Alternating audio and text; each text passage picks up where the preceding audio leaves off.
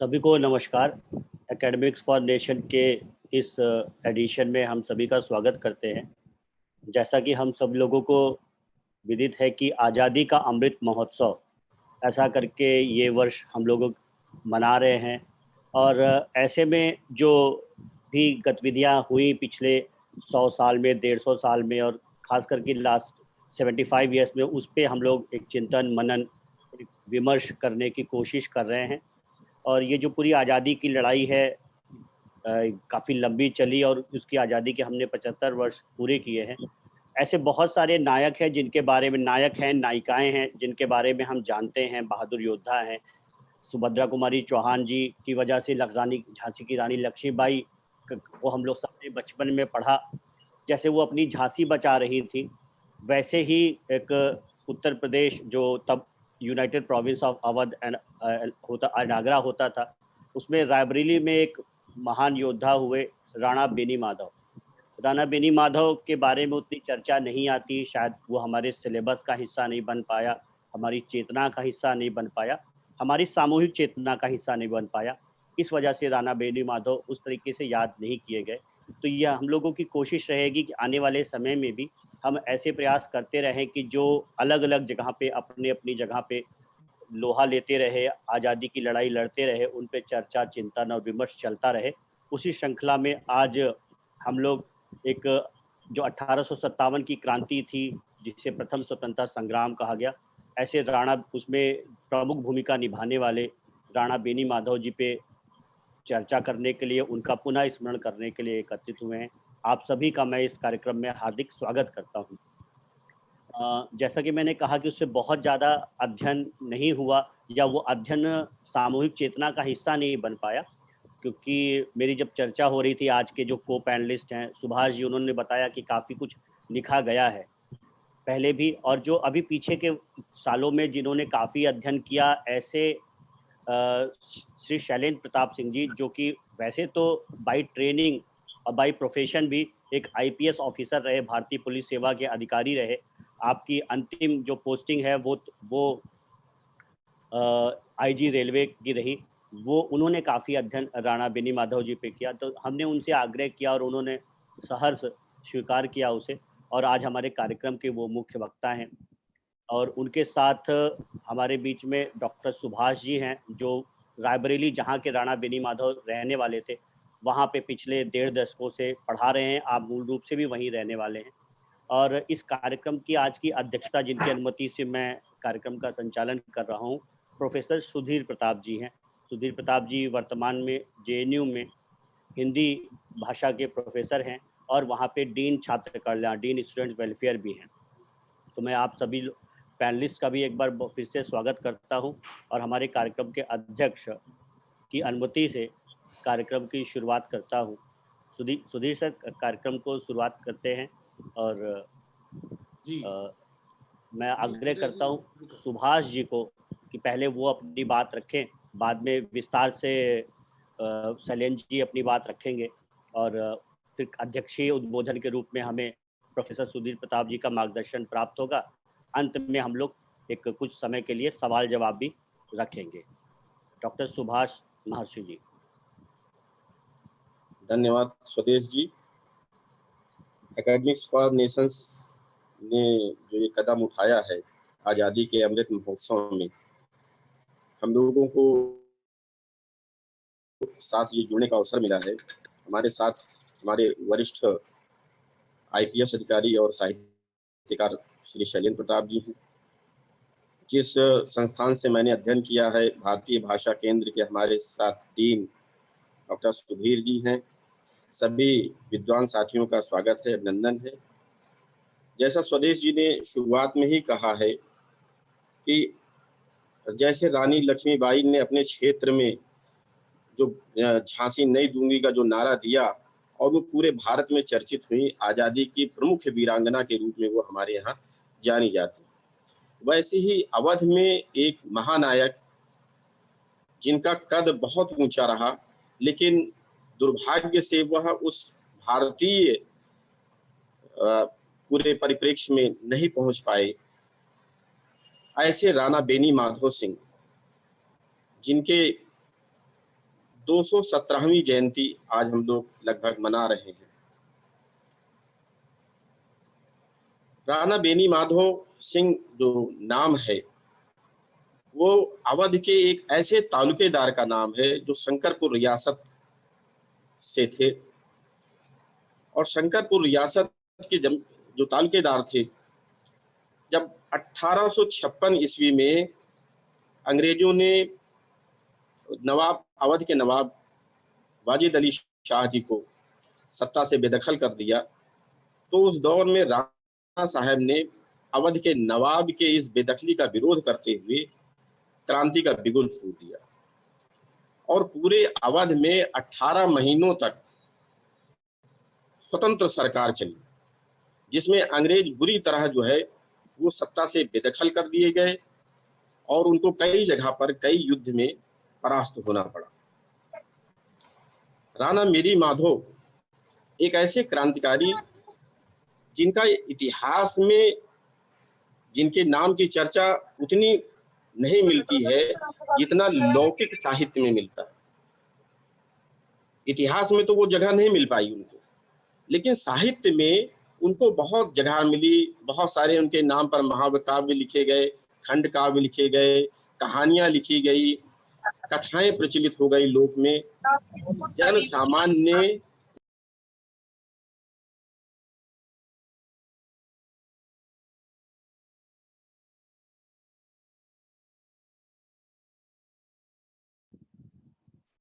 Unmute कर लीजिए अपने आप को, अनम्यूट कर लीजिए सुभाष जी अपने आप को। जी, तो राणा बेनी माधो सिंह जी के को लेकर अभी भी अवध के क्षेत्र में, खासकर बैसवाड़े में बहुत ही उत्साह का वातावरण रहता है। आज ही उनकी जो मैं बता रहा हूँ 217वीं जयंती है, और ऐसे बहुत सारे परिवार हैं जो उनकी याद में आज भी अपने घरों में दीपक जलाते हैं। उनके जिस दुर्गा मंदिर से वो निकलते थे माँ भवानी का आशीर्वाद लेकर, वहां पर दीपदान होता है। राणा बेनी माधो सिंह के जितने भी स्मारक बने हुए हैं वहां पर दीपदान और उनको श्रद्धांजलि अर्पित करने का कार्यक्रम चल रहा है। तो लोक ने अपने लोक नायक को विस्मरण नहीं किया, ये बहुत बड़ी बात है। राणा बेनी माधो सिंह 18वीं 19वीं सदी का जो दौर, उसमें उन्होंने गुरिल्ला युद्ध के द्वारा जो अंग्रेजों की सेना थी, इतनी बड़ी विशाल सेना, और उसको 4 जगह पर कम से कम बृहद रूप से उन्होंने पराजित किया।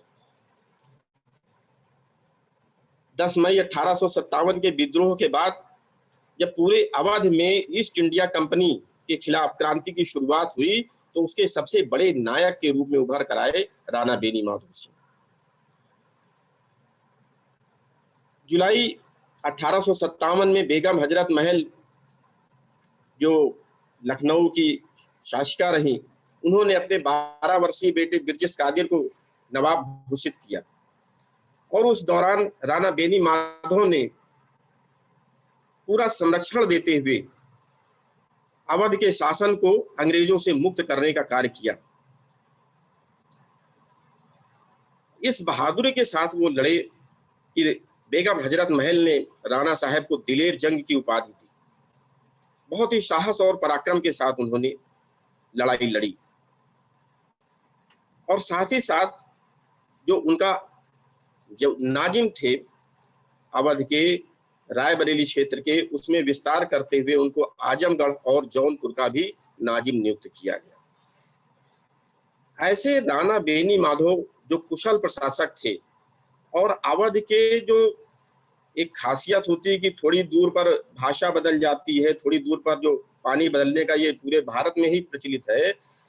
अवध में एक तरह से तालुकेदारी जो व्यवस्था है वह भी ज्यादा लंबी दूरी का उसमें नहीं रहता है क्षेत्र।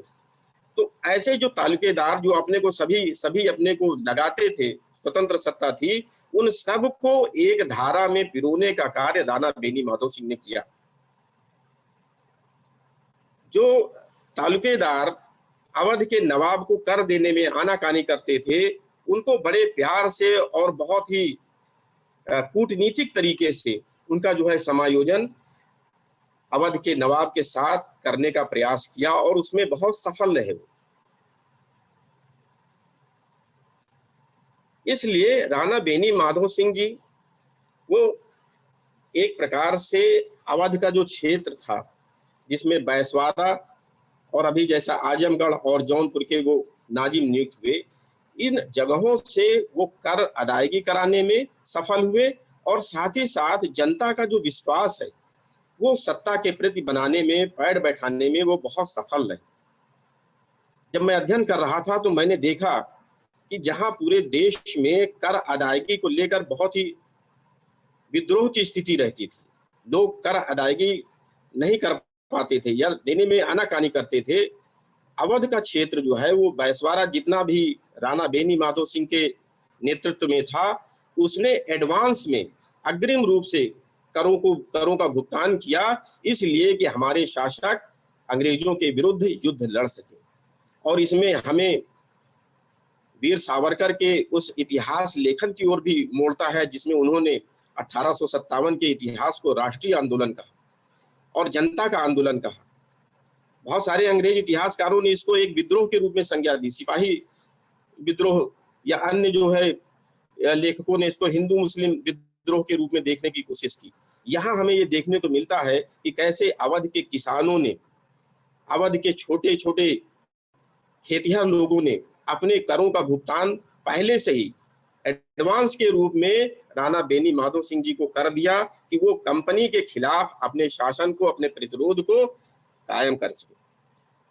और ये प्यार मोहब्बत ही था राणा बेनी माधो के प्रति जनता का कि जब कैंपबेल ने शंकरपुर के किले को घेर रखा था, निकलने का कोई रास्ता नहीं था, तो राणा बेनी माधो के लिए जनता जो है वो ढाल बन गई और उनको ऐसा रास्ता दे दिया कि अंग्रेज ढूंढते रह गए और राणा बेनी माधो सिंह वहां से निकल लिए।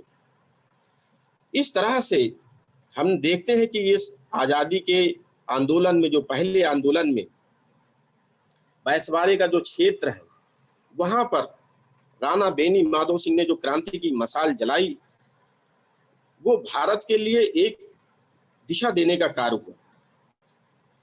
मैं यहाँ एक बात और कहना चाहूंगा कि अंग्रेजों ने राजा कुंवर सिंह के ऊपर 25,000 रुपए का इनाम रखा था, उनको जिंदा या मुर्दा पकड़ने पर। लेकिन राणा बेनी माधो सिंह के जो सेनापति थे महाराजा वीरापासी, उनके ऊपर 50,000 रुपए का इनाम रखा गया था उस समय। तो ये हमें इससे अंदाजा मिलता है कि राणा बेनी माधो सिंह का जो इतिहास में स्थान है, उसको फिर से पुनर्अध्ययन करने की जरूरत है, पुनर्मूल्यांकन करने की जरूरत है। और एक और बात मैं यहाँ पर विशेष रूप से जोड़ना चाहता हूँ कि जो बैसवाड़ा का जो क्षेत्र है, वो अंग्रेजी सेना के लिए सैनिकों को उपलब्ध कराने के काम में आता था। एक प्रकार से अंग्रेजी सेना अपने सैनिकों के लिए बैसवाड़ा के ऊपर निर्भर रहती थी। और जब ये क्रांति हुई, राणा साहब ने जब ये क्रांति की, तो उनके नेतृत्व में पूरा बैसवाड़ा उठ आया और अंग्रेजों को अपने सैनिक मिलने में बड़ी दिक्कतों का सामना करना पड़ा। यहाँ से पूरा जो क्षेत्र है बैसवाड़ा और उन्नाव का, रायबरेली का क्षेत्र, ये पूरा उनको सिपाही मिलने से मुश्किल होने लगी। एक जो सामाजिक ढांचे की बात कही जाती है कि राणा बेनी माधो सिंह के साथ जो नाम लिया जाता है वो वीरापासी का और लालचंद स्वर्णकार जैसे लोगों का नाम लिया जाता है। तो राणा बेनी माधो का जो क्रांति है वो सिर्फ क्षत्रियों की क्रांति नहीं है या वो सिपाहियों का विद्रोह नहीं है, उसके पीछे समाज का सभी वर्ग जुड़ा हुआ था। और जो वीरापासी थे, जब भी पासियों का इतिहास लिखा जाता है तो पासी जो बिरादरी है, जाति है, वो वॉरियर जाति है, वो लड़ाकू जाति थी। और जो तालुकेदार थे वो अपने साथ जो पैदल सैनिक के रूप में पासी लोगों को रखते थे और वही पासी समाज सैनिकों के रूप में अंग्रेजी सेना में भर्ती हो जाते लगे थे। राणा बेनी माधो का जब विद्रोह होता है तो पूरा जो लड़ाकू समाज है वो राणा बेनी माधो के साथ जो है उनके पीछे कदम मिलाकर खड़ा हो जाता है और वीरापासी राणा बेनी माधव के सेनापति के रूप में काम करते। लालचंद्र स्वर्णकार जब राणा बेनी माधव युद्ध में घायल होकर आते हैं और उनके पास उनकी चिकित्सा हो रही थी, अंग्रेजों ने उनको बहुत प्रलोभन दिया, बहुत तोड़ने की कोशिश की, उनके ऊपर तमाम तरीके के अत्याचार किए, लेकिन उन्होंने राणा साहब का पता नहीं बताया और हंसते हंसते सारे शोषण का, सारे दमन का शिकार होते हुए वीर गति को प्राप्त हुए। आज भी रायबरेली में कैपरगंज में राणा बेनी माधव के साथ साथ ही हम स्वर्णकार जी की भी मूर्ति का दर्शन करते हैं। तो ऐसे हमारे वीर नायक राणा बेनी माधव सिंह, जिन्होंने जन जन के भीतर वो क्रांति की मशाल जगाई। जो सेमरी का युद्ध हो, चाहे वो डोंडिया खेड़ा का युद्ध हो, अंग्रेजों को इतनी परेशानी हो गई कि अंग्रेज उनके गीत गाने लगे थे। मैं पढ़ रहा था, एक अंग्रेजी में पोएम है, जब सैनिक इतने परेशान हो गए कि गुप्तचर उनको सूचना देते थे कि राणा बेनी माधव सिंह इधर दिखाई पड़ा, फला जंगल में दिखाई पड़े, और जब अंग्रेजी सेना वहां जाती तो वहां राणा बेनी माधव नहीं मिलते, तो वो गीत गाने लगे, राणा बेनी माधव, राणा बेनी माधव, और वो लंदन तक वो गीत चला। इस तरह राणा बेनी माधव जो अपने पराक्रम से, अपने बल बुद्धि से, जिस तरह से उन्होंने अवध के इस क्रांति का बिगुल फूका, और इस क्रांति में जो उन्होंने जनता के बीच जो चेतना भरी, वो बहुत ही महत्वपूर्ण रही। राणा बेनी माधव जी के बारे में हमें विस्तार से अभी शैलेंद्र जी हमारे बीच है, वो उन्होंने राणा जी पर काम भी किया है और किताब भी लिखी है, तो हमें उनको भी सुनने का मौका मिलेगा। मैं एक बात कहकर अपनी यहाँ पर बात समाप्त करता हूँ कि जो जीवट योद्धा थे राणा बेनी माधव, और बहुत सारे महापुरुषों के जीवन में ये आया है कि समाज भले ही उनका देहावसान हो जाए, लेकिन समाज के भीतर उनकी जो छवि बन जाती है, तो समाज उनको, उनकी मृत्यु को स्वीकार नहीं करता। गदर में ही दो ऐसे नायक हैं हमारे बीच जिनकी मृत्यु का निश्चित तथ्य नहीं मिलता। एक नाना साहब पेशवा, जिनकी मृत्यु के बारे में अनुमान सिर्फ लगता है, और वैसे ही राणा बेनी माधव सिंह की भी मृत्यु के बारे में अनुमान ही लगता है। जनता के बीच उनकी छवि ऐसे लोक नायक की थी जैसे हमारे समाज में एक आल्हा उदल के रूप में प्रचलित हो जाते हैं, उसी तरह की छवि बैसवारे में राणा बेनी माधव के बारे में भी प्रचलित हुई, और कहा गया कि वो वेश बदल कर या सन्यासी के रूप में बैसवारे में घूमते रहे और अंग्रेज उनको कभी पकड़ नहीं पाए। इस तरह की छवियां बन गई, इस तरह के उनके बारे में धारणा बन गई, तो ये निश्चित रूप से उल्लेखनीय है। अभी चर्चा के दौरान शैलेंद्र जी से चर्चा हो रही थी, तो उन्होंने बताया कि चूंकि जो साहित्य है, जो काव्य है, उसमें इतिहास कितना है और उसमें तथ्य कितने हैं, इसका जो है ध्यान रखना, उसका परीक्षण करना बहुत जरूरी रहता है। उसके बाद ही इतिहास लेखन में उसको हम साक्ष्य के रूप में ले सकते हैं। लेकिन हमें इस बात पर भी विचार करना पड़ेगा कि जब इतिहास जो है असफल होता है, तो वहां साहित्य सफल होता है। और इतिहास असफल रहा राणा बेनी माधव के बारे में, लेकिन साहित्य ने बहुत रूप से उनको प्यार दिया है। और जैसा कि एक दुलारे का जो हम लोगों का आज शीर्षक ही है, अवध में राणा भयो मर्दाना, ये फाग है जो होली के अवसर पर गाया जाता है।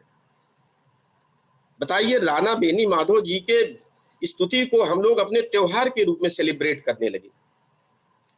राणा शौर्य सत्तावनी लिखा, पंडित शीतल दीन अवस्थी, सिंहनाद लिखा गया, बेनी माधव 25वीं प्रणेता मस्तरा मिश्र जी ने लिखा। ऐसे ही वीराष्टक लिखा है गौरी शंकर वाजपेयी गिरिजेश जी ने। क्रांति दूत खंडकाव्य पूरा लिखा गया। अमर बहादुर सिंह अमरेश जी ने पूरा उपन्यास लिखा, उनका अवध केसरी राणा बेनी माधव। शिवेश गुप्त ने शंकरपुर का बागी, ऐसी जो कहानियां लिखी, ऐसी बहुत सारी श्रृंखला है जिसमें राणा बेनी माधो सिंह जी के ऊपर काम हुआ। तो आज हम लोग इस 217वीं जो राणा बेनी माधो सिंह जी की जो जयंती मनाई जा रही है, कुछ धारणाएं जो बन गई हैं कि राणा बेनी माधो सिंह जी एक क्षेत्र विशेष के रहे या एक जाति विशेष के रहे, अगर हम ऐसी धारणा बनाते हैं तो ये राणा बेनी माधो सिंह जी के साथ उनके कार्यों के प्रति एक अन्याय होगा। हमें इतिहास में राणा बेनी माधो सिंह जी को वास्तविक उनका जो स्थान है उसको दिलाने के लिए तत्पर होना पड़ेगा। एक शोध दृष्टि के साथ राणा बेनी माधो सिंह जी का जो इतिहास में उनका योगदान है उसको रेखांकित करने की जरूरत रहेगी। इन्हीं शब्दों के साथ मैं अपनी वाणी को विराम देता हूँ। धन्यवाद। बहुत बहुत धन्यवाद सुभाष जी, आपने बहुत ही बढ़िया तरीके से विषय को शुरुआत की है कि जब इतिहास असफल होने लगता है तो शायद लोक साहित्य, हमारे लोकगीत, हमारी परंपराओं को, इतिहास को इसका स्मरण कराते रहते हैं और कराते रहेंगे। आम जन की चेतना में और उस सामूहिक चेतना में कोई भी नायक और नायिका अपना स्थान बनाए रखती है। बात यह है कि उससे थोड़ा आगे बढ़ती रहे और आगे आने वाली पीढ़ियां भी उसके बारे में जानते रहें। मित्रों, आज के बीच हमारा जो मुख्य वक्तव्य है, मुख्य वक्ता हैं ऐसे शैलेंद्र प्रताप जी ने हम लोग का आग्रह स्वीकार किया। और आपको बताते चले, जो लोग उस इलाके से नहीं हैं, बैसवाड़ा बहुत ही फर्टाइल लैंड है जहाँ तक साहित्य की बात है, जहाँ पे अमृतनाथ नागर जी, सूर्यकांत त्रिपाठी निराला जी जैसे साहित्यकार हुए। हमें उन्हें देखने का अवसर तो नहीं मिला, लेकिन शैलेंद्र प्रताप जी उसी क्षेत्र से आते हैं, आज हमें उन्हें सुनने का अवसर मिलेगा। और सबसे अच्छी बात यह है कि आप प्रोफेशन से वैसे आईपीएस अधिकारी रहे, हमें पता है पुलिस सेवा में किस प्रकार के कामों से जूझना पड़ता है, लेकिन उन सब झंझावातों से जूझते हुए भी वो जो कवि का, लेखक का, साहित्यकार का हृदय है वो आपने पाया है और उस पे लगातार उस पे ही आप काम करते रहे। आप 1954 में रायबरेली के बैसवाड़ा क्षेत्र में रणमऊ में पैदा हुए। उसके बाद आपने इलाहाबाद विश्वविद्यालय से अपने हायर एजुकेशन किया, बाद में पुलिस सेवा में आए और अंत में आईजी रेलवे, बीच में कई सारे जिलों में आप एसपी रहे और आईजी रेलवे से आप रिटायर हुए। इसके साथ साथ आप साहित्य सृजन करते रहे। 2003 में उसी साहित्य सृजन की वजह से राष्ट्रपति की तरफ से, माननीय राष्ट्रपति की तरफ से सराहनीय सेवा का मेडल, राज्यपाल महोदय की तरफ से साहित्य शिरोमणि और प्राइड ऑफ उत्तर प्रदेश से भी आपको सम्मानित किया गया। अब अपनी साहित्य यात्रा में आप पूरी दुनिया में घूमे और करीब 25 देशों में आपने अपनी बात जाके कही है, विभिन्न सेमिनार में और संगोष्ठियों में। और लंबे समय से, जैसे मैं बार बार कह रहा हूँ, आप लेखन करते रहे और अवध में राणा भयो मर्दाना, ये जो आज का शीर्षक है, इस शीर्षक से भी आपने पुस्तक राणा बेनी माधव पर लिखी है। गौतम बुद्ध पर भी आपकी 3 पुस्तकें हैं। बुद्ध के बढ़ते कदम, जिसे वाणी प्रकाशन ने प्रकाशित किया था, दुख की दवा और बौद्ध साधना। और जो बैसवाड़ा क्षेत्र जिसकी हम बात कर रहे हैं कि साहित्य की उर्वरा भूमि है, वो उस बैसवाड़े की लोक संस्कृति पर भी और बैसवाड़ा का वैभव और क्रांतिकारी बैसवाड़ा, इस पर भी आपने इस नाम से भी पुस्तकें लिखी हैं। ऐसे शैलेंद्र प्रताप जी हमारे बीच में हैं और मैं आग्रह करूंगा शैलेंद्र प्रताप जी से कि वो राणा बेनी माधव, बैसवाड़े का इतिहास और जिस प्रकार से भी विषय को आगे ले जाना चाहिए, हम सब लोग आतुर हैं आपको सुनने के लिए। शैलेंद्र प्रताप जी। बहुत बहुत शुक्रिया। मेरी आवाज आ रही है शायद, बस एक बार कंफर्म कर दें। जी बिल्कुल साफ है जी। Thank you. आप सभी यहाँ जितने भी लोग इस वेबिनार से जुड़े हैं उनका मैं सादर अभिवादन करता हूँ।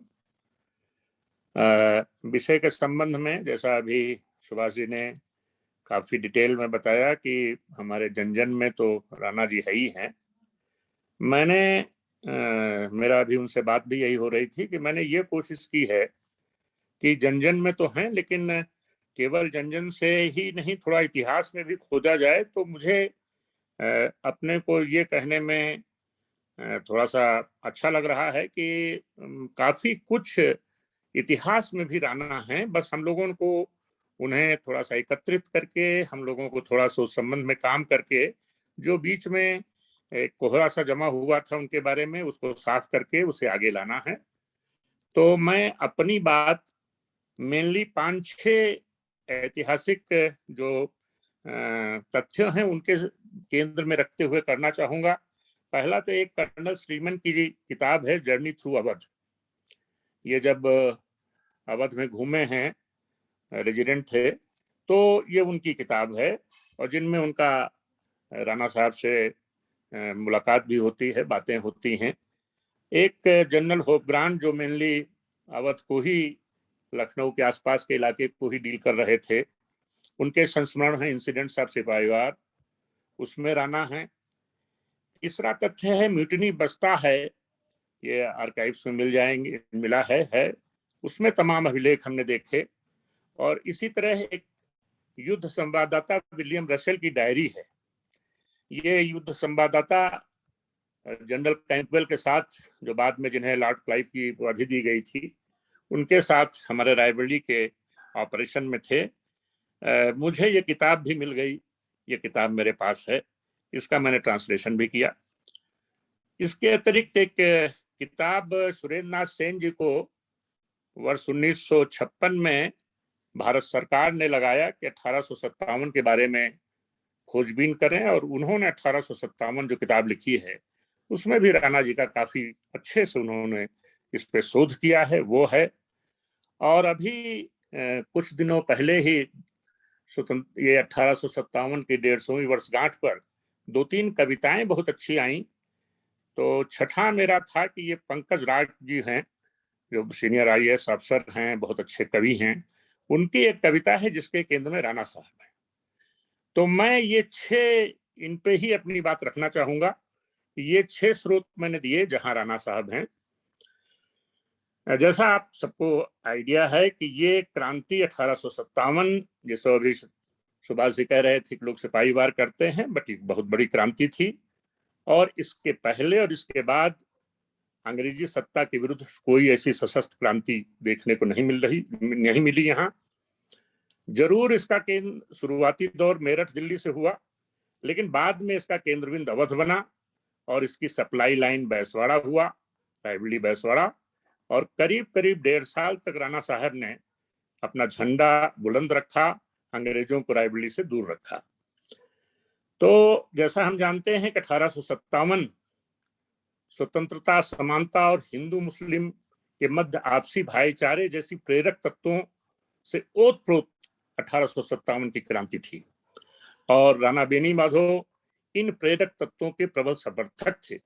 जैसा अभी बता रहे थे सुभाष जी की बीरापासी के बारे में, स्वर्णकार के बारे में, तो इन्हीं तत्वों को लेकर के इवन मुस्लिम्स में वो एक तमाम उनके साथी लोग थे। तो उसके बारे में हम लोग आगे बात करेंगे, लेकिन इन्हीं तत्वों को लेकर के राणा बेनी माधो भी आगे बढ़े हैं। हमें थोड़ा सा ये जरूर कभी कभी दर्द होता है, दुख होता है, इतने बड़े महानायक को हम लोग वो स्थान क्यों नहीं मिल पाया, जैसा हम आगे देखेंगे।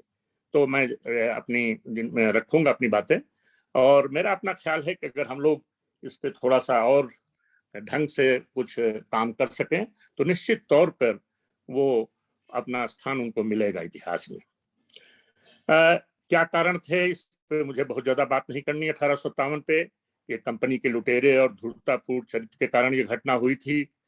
हिंदुस्तान वो एक व्यापारी बनकर आए और यहाँ लूटने लगे थे। लूटते लूटते वो एक तरह से अपनी सेनाएं भी कवायती फौज ले आए। एक आदेश पे सब खड़े हो गए, सब लेट गए, सब गोलियां चलाने लगे, और ये चीजें नई थी इस देश के लिए। और इसी वजह से उनके पास एक चलता फिरता घूमता तोपखाना भी मिल गया उनको, और ये उनकी विजय का एक कारण भी बना। तो ये इस देश में थोड़ा सा उन लोगों ने एक कहते हैं ना कि आए बनिया के रूप में थे और फिर धीरे धीरे वो एक शासक बन गए। लेकिन जिस तरह से 1857 में जो क्रांति हुई और जिस तरह से राणा साहब लड़े, वो निश्चित तौर पर हम लोगों के लिए बहुत ही गर्व की बात है। रायबरेली को जैसा हम देखेंगे कि करीब करीब 1500 से ज्यादा गांवों का रायबरेली, इसमें से करीब करीब 2/3 इलाका तालुकदारों के अधीन था। और जो बड़े बड़े तालुकदार हैं, खजुरगांव, शंकरपुर, डोंडिया खेड़ा, कुड़ी सुदौली, तिलोई, चंदापुर, नायन, ये सब लोग थे। और ये कहीं ना कहीं इस 1857 से भी राणा बेनी माधो के अंडर में एकत्रित हुए थे। राणा बेनी माधो जी शंकरपुर, जैसा अभी डिस्कस हो रहा, तालुकेदार थे।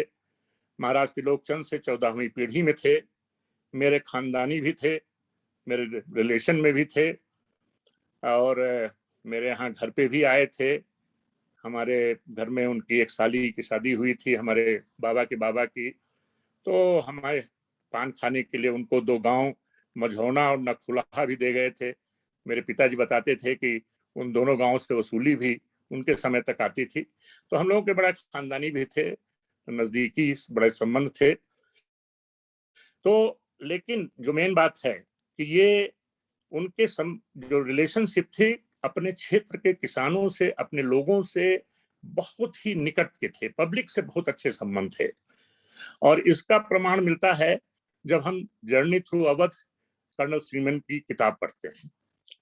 कर्नल श्रीमन ने लिखा है कि जब हम उस इलाके से गुजरे तो वहां पर हम लोगों से बात हुई, तो लोगों ने कहा कि मैंने राणा बेनी माधव से पूछा कि वो लिखते हैं, मैं अगर उसको थोड़ा ट्रांसलेशन में आपको सुनाऊं कि ये कर्नल श्रीमन ने लिखा है कि रायबरेली शंकरपुर रियासत के अंतर्गत ये शंकरपुर है, जिसमें बेनी माधव एक बड़ा ताल्लुकदार है और यहाँ से 10 मील दूर शंकरपुर में रहता है।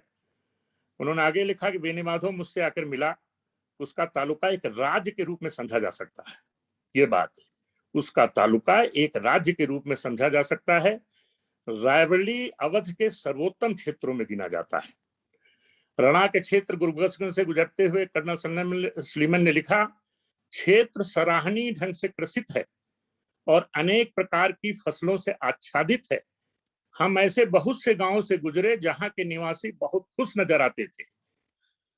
जब हम एक खुश दिखाई देने वाली किसान भीड़ से गुजरे तो मैंने साथ चल रहे बेनी माधव से पूछा, अगर आपको सरकार के विरुद्ध शस्त्र उठाना पड़े तो क्या लोग मुसीबत में आपका साथ देंगे? अवश्य, उसने उत्तर दिया।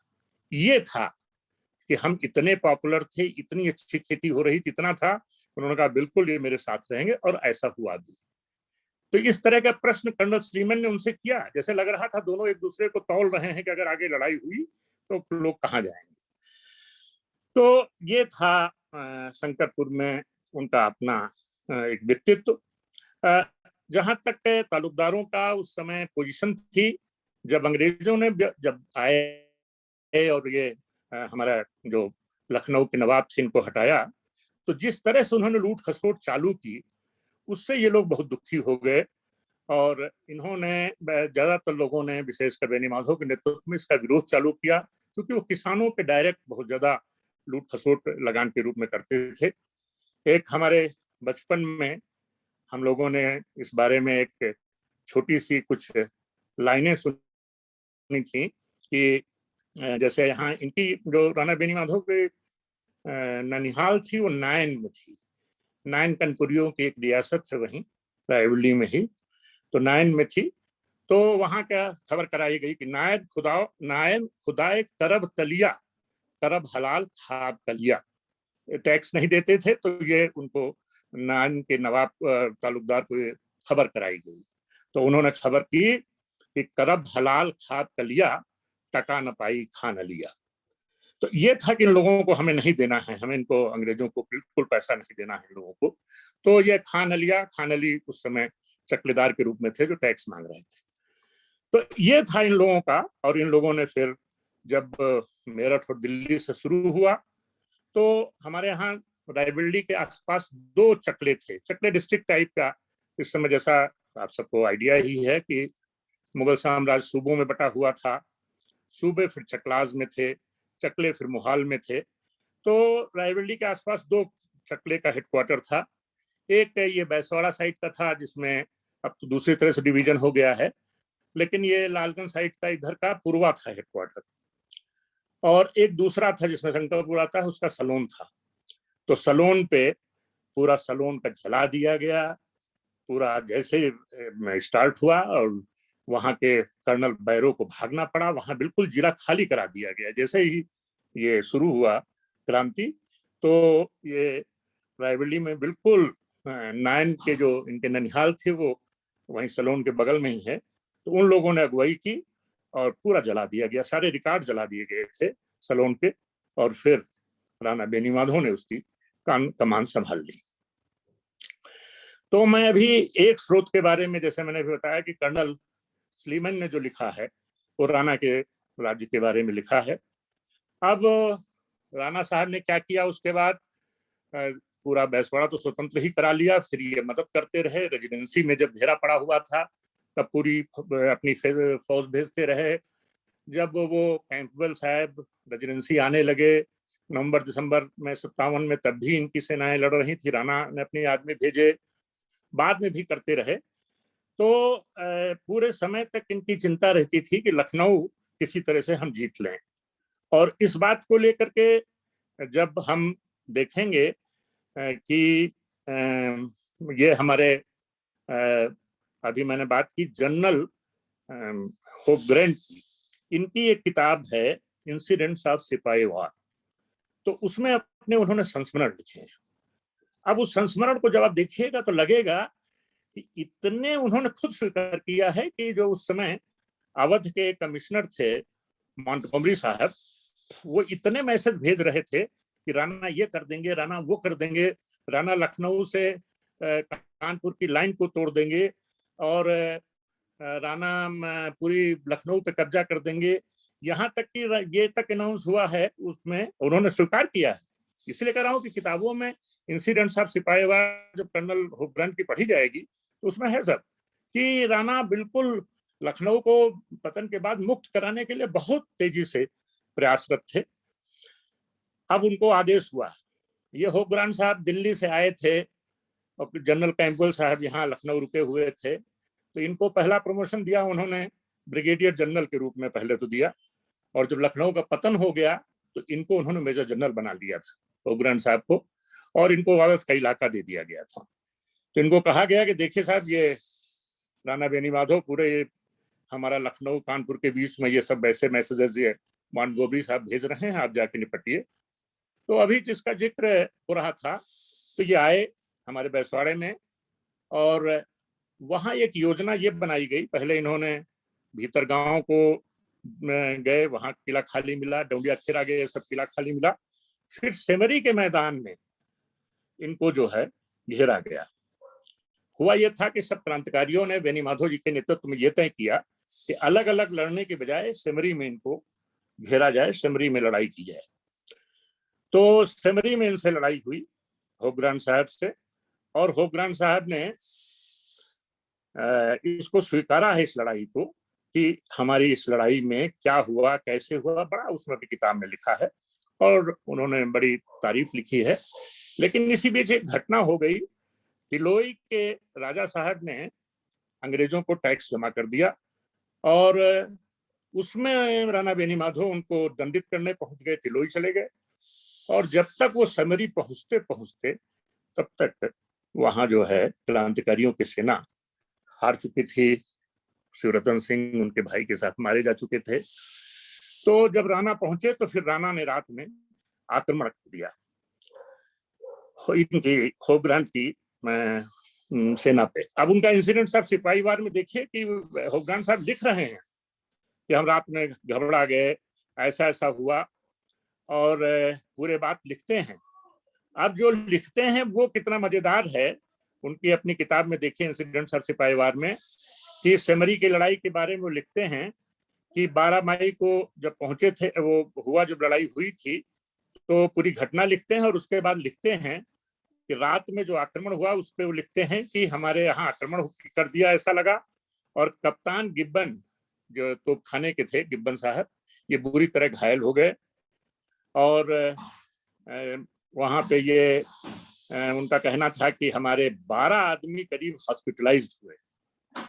अब देखिए इतनी बड़ी होपग्रेंट की सेना, जिनको अंग्रेज जनरलों ने उनको मेजर जनरल बनाया था, अवध का इंचार्ज बनाया था, और वो लिखते हैं कि हमारे 12 आदमी तो हम घायल हुए। यद्यपि ये नहीं कहते कि हम पे आक्रमण हुआ, अगर ऐसा लिख देते तो उनकी पूरी हमारा ख्याल नौकरी खतरे में पड़ जाती। और तो ये सब नहीं लिखते, बस ये है कि ऐसा लगा कि हम पे कुछ आक्रमण हुआ है और कुछ हम लोग आपस में हो गया और गिब्बन साहब गिर गए, उनका रिवॉल्वर उनको घुस गया और उनको चोट लग गई और 12 आदमी हमारे घायल हो गए और हमको हॉस्पिटल भेजना पड़ा, एक आदमी मर भी गया, ये भी लिखते हैं।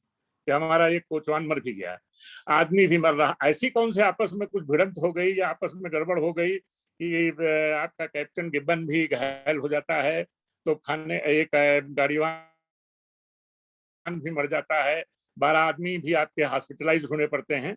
इससे साफ है कि राणा का ये अटैक बहुत सख्त था। और इसी को जो अभी बात हो रही थी कि अवध में राणा भयो मर्दाना, पहली लड़ाई भा सेमरी में, पहली लड़ाई भा बक्सर में सेमरी के मैदाना, ये सेमरी के मैदान की वो जो लड़ाई है जिसका मैं भी जिक्र कर रहा हूँ, जिसका होपग्रांड ने पूरा डिटेल लिखा है उस लड़ाई का, सेमरी के मैदान की लड़ाई का। और हुआ से जाए पूर्वा में भिड़ गयो तब लाट घबराना, तो ये जो पूर्वा में उन्होंने अटैक किया, तभी लाट साहब जो है घबराए और भाग के फिर होपग्रांड साहब लखनऊ भागे। तो ये जो है बिना ये स्वीकार किए हुए कि हम पे कोई आक्रमण हुआ, ये नहीं कहते, बस ऐसा कुछ लगा कि आक्रमण हुआ है, लेकिन ऐसा कुछ नहीं था और कोई सांप आ गया था और लेकिन इतने लोग घायल हो गए, ये सब कहते हैं। तो खैर एनीवे इस लड़ाई के संबंध में, लेकिन ये वहां के दुलारे कवि ने इसको लिखा कि अवध में राणा भयो मर्दाना, पहली लड़ाई भा बक्सर में सेमरी के मैदाना, हुआ से जाए पूर्वा में भिड़ गयो तबे लाट घबराना। अब इसके बाद चूंकि जैसा मैंने बताया कि लखनऊ मतलब बेगम हजरत महल जा ही चुकी थी बहराइच की तरफ, लखनऊ हमारे हाथ से निकल गया था क्रांतिकारियों के हाथ से। तो अब राणा जिस तरह से इतनी बड़ी फौज के सामने, लेकिन अब वो जैसा अभी सुभाष जी कह रहे थे, गुरिल्लावाद उन्होंने शुरू किया। अब आगे जितने भी म्यूटनी का जो अभिलेखी साक्ष्य है पूरे ये बस्तों में है, जो अभी दर्ज है अभिलेख में आर्काइव्स में मिल रहा है, तो राणा के मतलब जहां भी कभी कोई अंग्रेज जिले के अंदर आता तो उसको भी अटैक कर देते थे। तो ये पूरा नवंबर तक करीब करीब उन्होंने किसी को रायबरेली जिले में घुसने नहीं किया और 10 जगह उन्होंने अटैक किए हैं। तमाम इसका म्यूटनी के तमाम बस्तों में ये सब आपको अभिलेख में मिलेगा, कहाँ कहाँ उन्होंने किया। वो एक योजना बनी, नवाबगंज ये बाराबंकी में है, वहां सब लोग की अवध के तालुकदार एकत्रित होकर लखनऊ कब्जा कराएं, लखनऊ को मुक्त कराएं। उसमें भी राणा को जाना था। राणा के लिए तो होपग्रांड साहब ने पूरा डायरेक्ट लड़ने के बजाय पूरा रास्ता रोक दिया, फिर इधर से जो फौज आएंगी रायबरेली साइड से। राणा तो नहीं पहुंच पाए, लेकिन नवाबगंज में तगड़ा युद्ध हुआ, चहलारी के रैकवार राजा बलभद्र सिंह बहादुरी से लड़ते हुए मारे गए। इसमें भी होपग्रांड ने लिखा है कि गजब का साहस के साथ लोग लड़े। और उन्होंने कहा कि उनका ट्रांसलेशन अगर किया जाए जो उन्होंने लिखा है कि हिंदुस्तान में मैंने अनेकों युद्ध देखे हैं और इन वीरों को जीतने और मरने का निश्चय करते हुए जो मैंने देखा है, ऐसा मैंने कभी और नहीं देखा, ये उन्होंने लिखा है। तो इस तरह से गुरिल्ला नीति अपनाते हुए अब आप देखिए, अब मैं इसके बाद जो मेन सोर्स है राणा के बारे में कि जनरल कैंपवेल को खुद आना पड़ा, जनरल कैंपवेल को, कि अब जब सबसे वो निपट लिए, जैसे कोई होता है ना कि किसी टीम के कि हॉकी का मैच हो रहा है तो सबसे बढ़िया बड़े तगड़े प्लेयर को घेरा जाए, तो वो बेनी माधव जी को इस बीच में घेरे रहे, गुरिल्लावार बेनी माधव जी करते रहे। लेकिन फिर उन्होंने बेनी माधव को पकड़ने के लिए उन्होंने बैसवाड़े पे अटैक किया। कर्नल कैंपवेल जो उनके जनरल प्रधान सेनापति थे, जिनको बाद में लॉर्ड क्लाइव की उपाधि दी गई थी, तो वो आए और उन्होंने जो है अटैक शुरू किया। अब ये जो बैसवाड़े में उनका आना है, इसका पूरा विवरण ये जनरल रसेल की डायरी में मिलता है। और उन्होंने 2 अध्याय राणा बेनी माधव पे लिखे हैं। राणा बेनी माधव के खिलाफ जो उनका ऑपरेशन हुआ है जनरल कैंपवेल का, वो उन्होंने पूरा लिखा है। तो इसलिए जो है ये भी हमारे पूरा वो किताब है, मैंने जैसा अभी आपसे कहा कि वो मेरे पास किताब है, और उसमें ये सर होपग्रांड साहब को भी, जो जनरल होपग्रांड थे, इनको बुलाया गया। एक तरफ से कैंपवेल, एक तरफ से सुल्तानपुर की तरफ से इनको किधर से आइए, एक इवांस को बीच में लगाया गया, 3 तरफ से लगा करके कि चलो राणा को घेरते हैं संकट में। और ये पूरा रसल साहब ने अपनी 2 अध्याय लिखे हैं उस डे में। तो जनरल रसल की डायरी जब आप हम उसका ट्रांसलेशन मैंने किया है, तो 13 तारीख को रसल के अनुसार 13 नवंबर को सुबह पकड़ते ही हम लोग अमेठी से उदयपुर की तरफ बढ़े। सीधे हम लोग संभव हुआ तो बेनी माधव को पकड़ने जा रहे हैं। 14, अब बड़ा लंबा लिखा है लेकिन मैं उसका एक संक्षिप्त में बता रहा हूँ। 14 नवंबर की डायरी में उन्होंने लिखा है कि प्रेत की तरह रात भर तांता चलता रहा। परसदेपुर के पास की नदी को पार करना बहुत रोचक रहा। पंजाब की भी ताकत हमसे जुड़ गई, मतलब पंजाब की भी सिख फौजें इस बीच में उनके पास आ गई थी।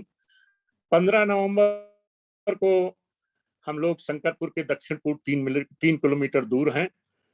सर होप ग्रांट सलोन की तरफ से आ गए हैं और मेजर बैरो जो ये सलोन के थे, मेजर बैरो साहब जो सलोन मैंने बताया 2 चकला थे, सलोन और पूर्वा, तो मेजर बैरो सलोन को देख रहे थे। तो इन्होंने शर्त रख दी कि सरेंडर करो, इसके अलावा कुछ नहीं। तो इसी सरेंडर करने की बात को मान रहे थे और पूरा किला घेर लिया गया था, सब कुछ था। अब देखिए, ये कोई ऐसा नहीं कि जैसा अभी हो रहा था कि रायबरेली की जनता कहती है, ऐसा कुछ नहीं। ये खुद जो है रसेल ने लिखा है। क्या लिखते हैं कि जब घिरे हुए कि अब ये मैं ट्रांसलेशन कर रहा हूँ रसेल की किताब के बिंदुओं को। बेनी माधव बाहर निकला, अपने सब खजाना, तोपे, औरतें और सामान के साथ धीमे धीरे अंधेरे में वह सर होप ग्रांट की दक्षिणी पिकेट की ओर से पश्चिम को चला गया।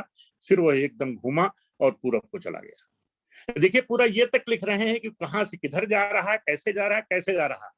और 3 तरफ से अंग्रेजी सेना घेरे हुए है, जिसमें उनके प्रधान सेनापति कैंपबेल भी हैं और अवध के जो प्रभारी हैं पूरे वो जनरल होप ग्रांट भी हैं। और वो लिख रहा है रसेल जो उनके साथ है कि सर होप ग्रांट की दक्षिणी पिकेट की ओर से पश्चिम को चला, फिर वह एकदम घूमा और पूरब चला। ये उन्होंने अपनी डायरी में लिखा है। अब कितने आश्चर्य की बात है कि इतने लोगों के, इतने जनरलों, इतनी सेना और इसके बीच से एक उनका जो जिसको पकड़ने आ रहे हैं वो क्रांतिकारी निकल कर जा रहा है। इसके बाद लिखते हैं कि बेनी माधव के जाते ही जनता का रोष उमड़ पड़ा। रसेल को ऐसा जान पड़ा मानो संपूर्ण क्षेत्र में विद्रोहियों की बाढ़ आ गई। ये है राणा बेनी माधव का अपनी जनता पर होल्ड, अपनी जनता का प्यार। जो रसेल लिखता है, हम इसीलिए कह रहे थे कि हम पब्लिक की बात को तो अपनी जगह जो है वो तो है ही, उसकी इंपॉर्टेंस है, लेकिन इतिहास में वो लिखता है रसेल कि मानो संपूर्ण क्षेत्र में विद्रोहियों की बाढ़ आ गई। खैर वो लिखते हैं कि हम लोग सीधे किला पहुंचे। किला खाली था, वहां कोई नहीं था सिवाय कुछ बूढ़े बीमार लोगों के, पुजारी, गंदे फकीर और एक पागल हाथी और कुछ बैल तोप थे। मैं घोड़े पर सवार होकर बाहर निकला, लेकिन जंगल इतना घना था कि हताश हो उठा। मैंने बताया कि जंगल के बीच में ही लोग किला बनाते थे। मैं किले गया हूँ, उस किला का मैंने भी भ्रमण किया है। सच में बेनी माधव ने अपने लिए जो महल बनवाया था वो इतना सुंदर था कि पूरी जिंदगी उसमें गुजारी जा सकती है। ये रसेल लिखते हैं, इतना सुंदर महल था कि वो पूरी जिंदगी उसमें गुजारी जा सकती थी। मंदिर की भव्य भव्य कलाकृतियों में से एक हाथी मैंने लिया। इन्होंने एक हाथी भी उठा लिया और टेंट में रखे बॉक्स में मैं उसे लपेट लिया। ये एक ले जाना चाहते हैं। देखिए, छोटी सी अपनी लूट कह लीजिए, चोरी कह लीजिए, उसको स्वीकार भी करते हैं। तो ये कह लिखते हैं पूरा इलाका विद्रोहियों की तूफानी लपेट में है। मैंने ये भी लिखते हैं कि मैंने सुना कि एवलैक जो अपनी छोटी सी फौज लेकर गुजर रहा था पुराई गांव से, तो वहां भी विद्रोहियों पर, उनके ऊपर विद्रोही टूट पड़े और उनको काफी नुकसान किया गया। तो ये इस तरह से बेनी माधव तो निकल गए। अब आगे इनका ये है कि कुछ इन्होंने अनाउंसमेंट किए, कुछ राजे महाराजे जैसे रास्ते में जब आ रहे थे तो अमेठी के राजा ने भी सरेंडर कर दिया, कुछ और लोगों ने भी सरेंडर किया। बेनी माधव नहीं माने, लेकिन आगे इन लोगों को सूचना मिली कि बेनी माधव जी बछरावा की तरफ हैं। तब ये आगे लिखते हैं कि हमारा 19 नवंबर को हम फिर अवध के बेहतरीन उपजाऊ इलाके के बेहतर हिस्से से गुजरे। हम हजार हजार आंखों से देख रहे थे, कहीं भी कभी भी मिल सकता है बेनी माधव। तो हम लोग बछरावा जाने के लिए हम पहले रायबरेली के समीप पहुंचे। एक पुराना मशहूर शहर, अवध के शानदार दिनों में इसका उल्लेखनीय स्थान था, बेहतरीन शहर, अब यह बर्बाद हो रहा है। रात गर्म थी। नवंबर 21 की डायरी में लिखा है कि मैं बेनी माधव या अवध की बेगम की तरह नहीं हो सकता, क्योंकि बैसड़ा की समस्त भीम इन दोनों के साथ है। ये देखिए, ये बात जो लिखी है, क्योंकि बैसवाड़े की समस्त भूम इन दोनों के साथ है। लेकिन ये भी उतना ही सच है कि हमारे सिपाहियों को भी इनसे कट्टर नफरत है, और मैं इसे भी स्वीकार करना चाहूंगा, और मेरा मन भी ऐसा ही है। ये देखिए, हमें भी कट्टर दुश्मनी लग रही है और मैं भी ऐसा ही चाहता हूँ। रात बहुत ठंडी है। हम बेनी माधव को पीछा कर रहे हैं, कहीं आग से ओझल न होने पाए, और इस काम में एवलाग लगे हुए हैं। अब 22 नवंबर को लिखते हैं कि अब हम कानपुर की तरफ चल रहे हैं बछरावा से, तो आगे उन्होंने कानपुर की तरफ गए। कानपुर की तरफ जो सई नदी है उसका विस्तृत वर्णन उन्होंने किया है, और फिर आगे उन्होंने लिखा है कि हम लोग कैसे पहुंचे। और राणा बेनी एक्चुअली उस समय दूत दोनों तरफ से काम कर रहे थे। ऐसा नहीं था कि राणा को पता नहीं था जब संकटपुर में उन्होंने घेरा गया है कि हमारे पास घेरा नहीं जा रहा है, लेकिन पहले वो लड़ना चाहते थे इसीलिए वहां से नहीं निकले। लेकिन जब बाद में उन्होंने देखा कि बहुत ज्यादा फोर्स हम आउटनंबर्ड हो गए, तब वहां से निकले और उनके बीच से निकले। अब इनके भी दूत इनको सूचना दे रहे थे कि राणा इस समय यहाँ होते हुए भीरा आदि में अटैक करते हुए इस रास्ते में जो मिलता था खूब अटैक किया। कई अटैक के किस्से हैं, अंग्रेजों की जो भी कहीं सिपाही सेना मिली उस पर बहुत अटैक किए। तो आगे अब वो डोंडिया खेरा की तरफ राणा चले गए थे, तो ये लोगों ने डोंडिया खेरा में जाकर के उनको घेरा। तो डोंडिया खेरा की लड़ाई का विस्तृत वर्णन जो है रसेल ने किया है। अगर अब रसेल की किताब को देखेंगे तो लगेगा कि राणा कितने बहादुर थे, किस तरह से उन्होंने डोंडिया खेड़ा की लड़ाई जनरल कैंपवेल और इन लोगों को, मतलब इन सब जितने बड़े बड़े जनरलों के साथ, होगलैंड वगैरह के साथ लड़ी है। कितना लगता है कि मतलब आश्चर्यचकित कर देने वाली लड़ाई है। तो मैं नवंबर 23 को, अब हमने रसेल लिखते हैं कि आखिरकार राणा को घेर ही लिया। अब डोंडिया खेड़ा की स्थिति ऐसी है, वो बक्सर का गंगा नदी का किनारा है और पीछे की तरफ से मतलब नदी के उस पार से कानपुर से तमाम फोर्स ने घेर लिया था, उधर राणा नहीं जा सकते थे और इधर से तीनों तरफ से उनको घेर लिया गया था। अब राणा जो है केवल ये था कि अब राणा के लिए लड़ो और जो भी करके या जैसा भी है, इन लोगों का था कि अब राणा कहाँ से निकलेंगे, ये रसेल लिखते हैं। और एवलाग ने खूब भूख पर पालन हुआ। बेनी माधो कहीं, अब बेनी एवलाग बार बार सूचना भेज रहे हैं यहाँ जा रहे हैं यहाँ जा रहे हैं, तो खैर वो इन्होंने 23 तारीख को इन्होंने लिखा है। अब नवंबर 24 को जो लड़ाई है उसका अंतिम उनकी डायरी का वो है कि मनुष्य अब लिखना शुरू कर देते थे फिलोसफर की तरह कि मनुष्य की आशाएं कितनी बेकार सिद्ध होती हैं, खासकर ऐसी आशाएं जो इस पर टिकी होती है कि दुश्मन को सोता पकड़ लो। ये शुरू से फिलोसफर की तरह उस दिन को लिखते हैं। आगे लिखते हैं, ऐसी लड़ाई हुई, हमने पहले भी कई लड़ाई लड़ी है, लेकिन यह सत्र कुछ दैत्यवत सा है। ये रसेल लिखते हैं, देखिए ये उन्हीं का ट्रांसलेशन है, हिंदी में मैंने किया है। इस लड़ाई का अंदाजा इसी से लगाया जा सकता है कि हमारे कैंप सहायक और नौजवान अफसरों की जेबें रुमालों से भरी हुई, इसलिए नहीं कि उनके आंखों पोछनी है, बल्कि इसलिए कि तलवार की मूठ पर पकड़ मजबूत रहे और पूरी ताकत से वार हो। अच्छा, फिर आगे खैर ये तो चलता रहा है, बड़ा लंबा चौड़ा उन्होंने लिखा है इसके बारे में, लेकिन बाद में वो लिखते हैं कि जब लड़ाई का जो वर्णन करते हैं वो कमाल का लिखते हैं और उसमें लिखते हैं कि एक गोला जो है, फिर लड़ाई शुरू होती है और रसेल ने पूरा डिटेल लिखा है और उसमें ये मतलब यहाँ तक कि कैंपवेल बच गए, मतलब तोपें चलती हैं दोनों तरफ से और फिर कैंपवेल उसमें से बच जाते हैं। एक गोला बिल्कुल पास उनके आकर के तोप का उनकी गिरता है, लेकिन जैसा मैंने पहले कहा इनकी फोर्स ज्यादा डिसिप्लिन है, ज्यादा अच्छे वेपन्स हैं, ज्यादा अच्छा तोपखाना है, ज्यादा फोर्स है। अब वो एक है और वो दोनों चारों तरफ से घिरे हैं और फिर इसके बावजूद भी देखिए कि वो आदमी लड़ रहा है। डोंडिया खेड़ा में खूब बड़ी देर तक लड़ाइयां हुई दोनों तरफ से और खूब फायरिंग हुई है, तमाम लोग इनके मरे हैं। वो लिखते हैं कि हमारे बहुत लोग मरे और इस तरह से अब इसके बावजूद भी राणा को ये पकड़ नहीं पाते हैं और फिर लिखते हैं कि राणा जो है बड़ी घंटे की लड़ाई के बाद फिर हमें धूल का उड़ता दिखाई देता है और गंगा नदी के किनारे राणा आगे बढ़ते हुए लगता है चले जाते हैं बाईं तरफ, दाईं तरफ, कुछ दाईं तरफ भी जाते हैं, कुछ लोग दाईं तरफ जाते हैं। उनको ये लोग आदेश देते हैं पकड़ो। अब इनके भी घुड़सवार हैं लेकिन कोई पकड़ नहीं पाता है, कहीं कोई है कुछ नहीं है, चारों तरफ से घिरे हैं, लेकिन कैसे निकलते हैं, क्या चीज करते हैं इतनी सेना के साथ, और राणा जो है वो निकल जाते हैं वहां से। तो ये रसेल की डायरी से बड़ा डिटेल हम लोगों को विवरण मिलता है। जैसा मैंने कहा कि मैंने कर्नल स्लीमन को लिखा, म्यूटनी बस्ते को देखा, ये तीसरा सोर्स मंडल डायरी का है उनके।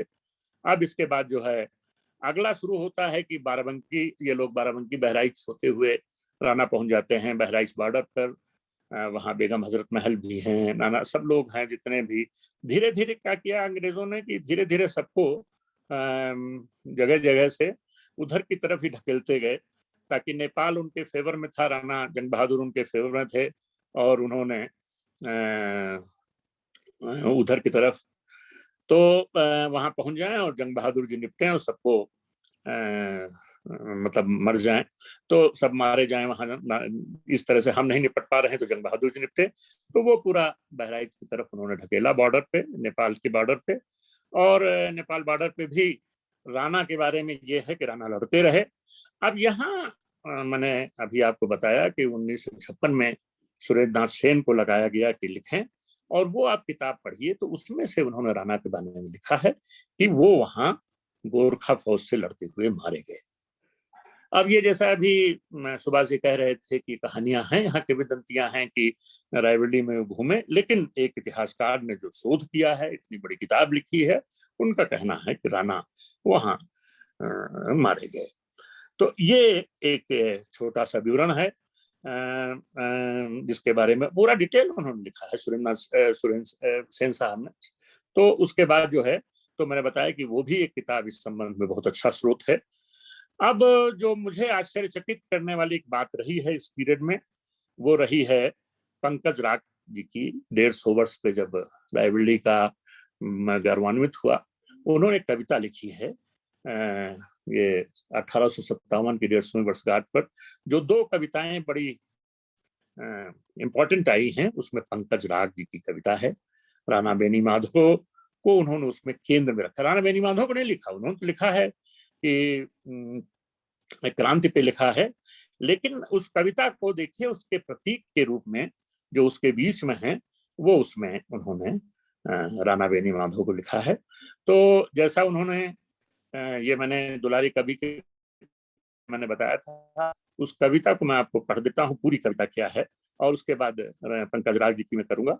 मैं बहुत जल्दी खत्म करने की कोशिश कर, इतना लंबा है, इतनी बड़ी चीज है राणा बेनी माधव को, कि मैं जल्दी में खत्म करने में बड़ा मुश्किल हो रही है। कविता यह है, अवधमा राणा भयो मर्दाना, पहल लड़ाई भा बक्सर में सिमरी के मैदाना, हुआ से जाए पुरवा में भिड़ गयो तबे लाट घबराना, और नक्की मिले मान सिंह मिल गए। नक्की ये चीफ मिनिस्टर थे लखनऊ वाले, अवध के बेगम हजरत महल के, वो मिल गए। मान सिंह ये मिल गए, ये वाले अयोध्या के मान सिंह राजा हैं। मिले सुदर्शन काना, ये सुदर्शन जी हमारे रायबरेली में चंदापुर स्टेट के हैं, राजा थे। छत्री वंश एक न मिली हो, जाने सकल जाना, और भाई बंधु कुटुम कबीला सबको करो सलामा, और तुम तो जाए मिलन गोरन से हम का है भगवाना। ये देखिए ये लाइन है, तुम तो जाए मिलो गोरन से हम का है, तो हाथ में थोड़ा चला मस्ताना, कहे दुलारे सुन पे मेरे प्यारे, यो राणा की यो पयाना। तो इस तरह से राणा आगे बढ़े। अब पंकज जी लिखते हैं, वो मैं आपको बता रहा हूँ, अपनी कविता की लाइनें कुछ उसके बीच में, बहुत लंबी कविता है। आप लोग अपना आप लोग साहित्य से जुड़े हुए हैं, इतिहास से जुड़े हैं, कविता पर देख लेंगे। लेकिन उन्होंने लिखा कि लड़े क्योंकि उम्मीद जिंदा थी, खतरे साफ हो तो उम्मीद जिंदा रहती थी। और ये 150वें वर्ष बाद भी नजर आने चाहिए खतरे, स्पष्ट दिखाई न दे तो उन्हें खोजना चाहिए, उस अंग्रेज सिपाही की तरह जो अवध की रातों में तुम कहाँ छिपे हो बेनी माधो, ये गीत गाते हुए सुबह का इंतजार करता था। ये देखिए उन्होंने अपनी कविता में बेनी माधव को लिया। इसका मतलब है कि अब नए समय में लोग बेनी माधव की महत्ता को स्वीकार करने लगे। मैं ये इसलिए इस कविता को विशेष रूप से उद्धृत करना चाहता हूँ। और ये जो बेनी माधव को कह रहे थे ना कि बीच में शायद सुभाष जी कह रहे थे कि ढूंढते हैं लोग, तो ये गीत पूरा ये था कि बेनी माधो जो अंग्रेज सिपाही ढूंढ रहे थे, उनका गीत है। अरे तमाम दिवस तुम कहाँ छिपे हो बेनी माधो, सटलाइट को भरमाते हो बेनी माधो, ये बहुत बुरो भाई बहुत बुरो बेनी माधो, क्यों ब्रिटिश पक्ष में आने से शर्माते हो बेनी माधो, तुम्हें हराना हमें भाग्य में नहीं बदो, यही शोक है बेनी माधो। ये गीत पूरा जैसा बताया कि पूरा लंदन तक फेमस था, ये गीत गाया जा रहा था। तो ये वो लिखते हैं कि लोग गा रहे हैं। तो पंकज राज जी की लाइनें मैं 2-4 और कोट कर देता हूँ कि लड़ना भी बड़ी बात होती है, ये एक उठा हुआ कदम होता है, और हार भी इसे वापस जमीन में उस तरह धंसा नहीं पाती जैसे आज आभासों के महाजाल में विचरते हुए भी हम आप धंसे हैं। राणा बाणोवधो की अपनी सीमाएं थी। सच है अंग्रेजी सेना के सिपाहियों और उस जमाने की अपनी सीमाएं थी, उस जमाने की भी अपनी सीमाएं थी। कर्म को भी धर्म से मुहावरे दिए जाते थे, पर यह भी सच है कि 1857 ने ईश्वर और भाग्य को भी संघर्ष से ही जोड़ा, निष्क्रियता से नहीं। वरना इस खुले देश में आज हम अपने रहनुमाओं को इतना भी नहीं कह पाते कि तुम तो जाए मिलो गोरन से, हम का है भगवाना। ये फिर देखिए दुलारी कवि की लाइन उन्होंने अपनी कविता में ऐड की। तो इस तरह से मैं कहता हूँ कि उन्होंने पूरी कविता में जो बिंदु केंद्र बिंदु रखा वो राणा की ही पूरी बात रखी। तो ये फिर भी मुझे लगता है कि जो स्थान राणा को चाहिए था नहीं मिला। अब मैं, क्योंकि टाइम बहुत हो रहा है, हमारा ख्याल है, वरना मैं अभी आपको क्या क्या और हुआ बहुत कुछ सुनाता। अगर मुझे जैसा आपको अनुमति हो आगे तो मैं बात करूंगा। Thank you sir, thank you. मैंने कोशिश जी 5 मिनट आप और सर बताएं, बहुत अच्छा लग रहा है 5 मिनट में। अच्छा चलिए, अगर अच्छा लग रहा है तो मैं आगे। देखिए ऐसा है कि कुछ चीजें जैसे अभी सुभाष जी कह रहे थे, तो राजा मुरार मऊ हमारे यहाँ दिग्विजय सिंह थे 1857 की क्रांति के समय। तो वो जब ये अंग्रेजों का वो कानपुर से भागे थे और 10-12 लोग बच गए थे, वहां अटैक हो गया था, तो वो नदी के किनारे रास्ते भागे थे। मुरार मऊ के राजा दिग्विजय सिंह ने उनको शरण दी, मतलब अपने यहाँ बचाया था। तो इस पे वो अंग्रेज लोग इनको पुरस्कृत करना चाहते थे, तो खैर उन्होंने पुरस्कार लेने से मना कर दिया और ये कहा, ये उन्होंने स्वीकार किया कि वैश्य क्षत्रिय जो हैं, हम 3 पीढ़ी के हम लोग हैं। पहली हमारे शालिवाहन, दूसरी पीढ़ी हमारे सम्राट हर्ष हैं, तीसरी हमारी पीढ़ी त्रिलोकचंद जी की है, और फिर उन्होंने बताया कि लेकिन आधी पीढ़ी राणा बेनी माधव और राव रामबक्स की है, इसलिए हम 3.5 पीढ़ी के हम लोग हमारा इतिहास है, ये उन्होंने कहा। और उन्होंने ये भी कहा कि जब तक आप सबको खत्म न कर लीजिए, हमको पुरस्कृत मत करिए, वरना हमें जो है सब बहुत मारेंगे। ये बात उन्होंने कही। यही बात बीच बीच में हमारे तिलोई वाले जो राजा साहब थे, उन्होंने लिखा कि भाई जब तक आप कर लीजिएगा, हम लोगों से मत कहिए, नहीं तो मेरे इलाके में बड़ी आग लगा रहे हैं। अब इनकी लोकप्रियता का ये था कि जब कोर्ट ऑफ वार्ड के बाद ये राजा मुरारमऊ की राजा भगवती सिंह थे, अभी ये स्वतंत्रता के पहले 1947 की थोड़ा सा पहले, तो एक वहाँ फंक्शन हुआ मुरारमऊ में। ये हम लोगों के तो नहीं, लेकिन मेरे फादर के बचपन की बातें, हम ऊपर वाली पीढ़ी की थे। तो वहाँ एक फंक्शन हुआ, तो बड़ा जनसभा हुआ और उसमें जो है तमाम आसपास के तालुकदार और सब लोग शिरकत की। तो जलसे में मनकापुर उन्नाव के कुछ भाड़ भी आए थे, तो उनका एक प्रदर्शन था। ये मैं कह रहा हूँ तो पब्लिक में कितना राणा थे इस बात का है। तो वहां एक स्वांग चलता है, वो भाड़ लोग स्वांग करते हैं। तो वो बुढ़िया, एक उतावली बुढ़िया अपने पौत्र के साथ, लाठी के साथ चारों तरफ शौच के लिए स्थान ढूंढ रही है वहां। अब वो स्वांग कर रही है कि हमें शौच जाना है भाई, कहाँ है, कोई जगह नहीं दिख रही है। तो वो लड़का जो उनका अपना पौत्र है, वो कहता है कि यहाँ ना बैठो, यहाँ देखो बड़े बड़े राजा महाराजा ये सब बैठे हैं, देखो तो बड़े बड़े लोग हैं। तो सब इकट्ठा हुए थे, बड़े तालुकदार, बड़े लोग। तो बुढ़िया कहती है कि काम मरद मरद चिल्लात हो, मरद तो बैसवाड़ा में दुई भयो, राणा बेनी माधव और राव रामबक्स सिंह, वे परान दे दीन पर माफी नहीं मांगिन, और सर झुकाए राज नहीं लिहिन, यहाँ कौन मरद रह गया है, ये सब माटी की गुड़िया ही। तो ये जन जन में इस तरह के स्वांग खेले जाते थे। हमने तवायफों के मुंह से राणा के बारे में सुना, हमने जो है अभी जैसा सुभाष जी बताते फाग में सुना। तो राणा इस तरह से पूरे जन जन में व्याप्त थे, जन जन में आज भी हैं। जब महात्मा गांधी 1929 को लालगंज बैसवाड़ा आए थे, तो करीब 50,000 की भीड़ ने उनका स्वागत किया, और ये अवध में राणा भयो मर्दाना सुना के तब राणा गांधी जी ने कहा इसी तरह का गीत भाई हमारे आंदोलन के बारे में बनाओ और गाओ। उन्हें 1857 की थैली भी 1800, मतलब उसको याद करते 1857 रुपए की थैली भेंट की गई थी। तो ये राणा का है, इस तरह से राणा जन जन में है। मतलब ये मैं कह रहा था, तो मैं तो समझता हूँ जो मैंने रसल को सुनाया, कि मैंने जो होपग्रांट की बातें सुनाई, राणा मतलब क्यों, तो बड़ा एक सवाल है इतिहास में कि जिस आदमी के बारे में इतना जन जन में हो, इतिहास कह रहा हो, उनको क्यों नहीं इतना इतिहास में स्थान मिल पा रहा है। ये एक आश्चर्य है। Thank you sir, thank you very much sir. आपने बहुत ही इलेबोरेटेड मैनर में और सारे सोर्सेज को कोट करते हुए जो राणा बेनी माधव का 1857 के का जो प्रथम स्वतंत्रता संग्राम था उसमें योगदान था, और कैसे उन्होंने 18 महीने तक रायबरेली क्षेत्र को अंग्रेजों से मुक्त रखा, उस सब पे चर्चा की।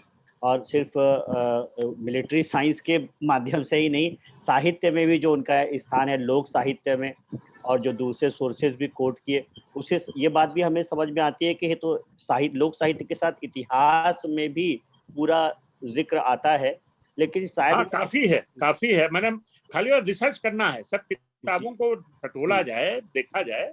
मैंने तो बताया बहुत हमारे है, सिलेबस का शायद कहीं वो हिस्सा नहीं बन पाए, जो पहली से 5वीं तक की बेसिक शिक्षा होती है या उसके बाद जो माध्यमिक शिक्षा होती है, और इस तरह का कोई एक चैप्टर शायद बड़ा काम कर जाता। इसके लिए आगे प्रयास होने चाहिए। मैं आग्रह करूंगा अध्यक्षीय उद्बोधन के लिए प्रोफेसर सुधीर प्रताप सिंह जी से। सुधीर प्रताप सिंह जी ने जवाहरलाल नेहरू विश्वविद्यालय से पीएचडी की, उसके बाद आप दिल्ली विश्वविद्यालय के अरविंदो कॉलेज में काफ़ी वर्षों तक, करीब 1 दशक तक पढ़ाते रहे, और अभी कुछ वर्ष पहले आपने जेएनयू में प्रोफेसर के रूप में हिंदी विभाग में पढ़ाना शुरू किया। पिछले 1 साल से आप जेएनयू में डीन छात्र कल्याण हैं और साहित्य में भी गहरी रुचि रखते हैं। और अभी सर, जो आप मनकापुर का जिक्र कर रहे थे अपने अंतिम मिनटों में, आप वहीं से रहने वाले हैं। मैं आग्रह करूंगा कार्यक्रम के अध्यक्ष प्रोफेसर सुधीर प्रताप जी। धन्यवाद सुरेश जी। ये अध्यक्षीय उद्बोधन संघर्ष और साहस दोनों का कार्य है, विशेष तौर पे तब जब बैसवाड़ा के ही शैलेंद्र प्रताप सिंह ऐसे ऐतिहासिक तथ्य को लेकर साहित्यिक अंदाज में जो वक्तव्य दे रहे हो। मुझे बड़ा अच्छा लगा शैलेंद्र जी को सुनने में कि बात वो इतिहास के हवाले से कर रहे थे, लेकिन वक्तव्य ऐसे दे रहे थे जैसे हम साहित्यकार देते हैं। यद्यपि वो व्याख्यान से पहले शुरू में कह चुके थे कि साहित्य में इसकी बात इस तरह की गई है, क्या इतिहास में इसकी जांच पड़ताल की जाए। इस वक्तव्य पे टिप्पणियों के साथ कुछ बात शुरू करूं, इससे पहले मैं स्वदेश जी आपको धन्यवाद देना चाहूंगा इस बात के लिए कि कहीं ना कहीं अवध प्रांत से जुड़ा हुआ वो नवाबगंज में ये गए हैं, बहराइच गए हैं, गोंडा रहे हैं, बाराबंकी में भी रहे हैं राणा जी, और मैं वहीं मनकापुर से होके इनके इतिहास के बारे में मैं खुद इस रूप में नहीं परिचित था जितना कि आज रूबरू हुआ। निश्चित तौर पे सत्ता का इतिहास होता है, और सत्ता इतने दिनों तक ब्रिटिश शासन के रही है। बाद में जो हमारे विद्वान हुए जिन्होंने इतिहास का लेखन किया, उसी परिप्रेक्ष्य में जो ब्रिटिश शासन ने दिया था, और बहुत सारे इतिहास लेखन के दौरान उन्हीं तथ्यों का विश्लेषण किया गया, जिसके माध्यम से एक फिनोमिना गढ़ा गया कि हम संघर्षशील तो थे, लड़ाकू थे, लेकिन सदियों से गुलाम रहे हैं, और हमारी मानसिकता उससे उबर नहीं पाई अगर ब्रिटिश सरकार ने ऐसा किया जिसकी वजह से शिक्षा और सबका प्रसार हुआ। यद्यपि आजकल खुशी है कि लोग इस पर अध्ययन कर रहे हैं कि नहीं, ज्ञान, और स्पेशली कोरोना काल ने भी ये एहसास कराया कि दुनिया भर के देशों ने भारत की तरफ देखना शुरू किया कि ज्ञान होना और सूचना होना में कितना अंतर है, और ज्ञान की परंपरा कहाँ से रही है, इतिहास निर्माण की परंपरा कहाँ से शुरू होती है, सभ्यता क्या चीज होती है।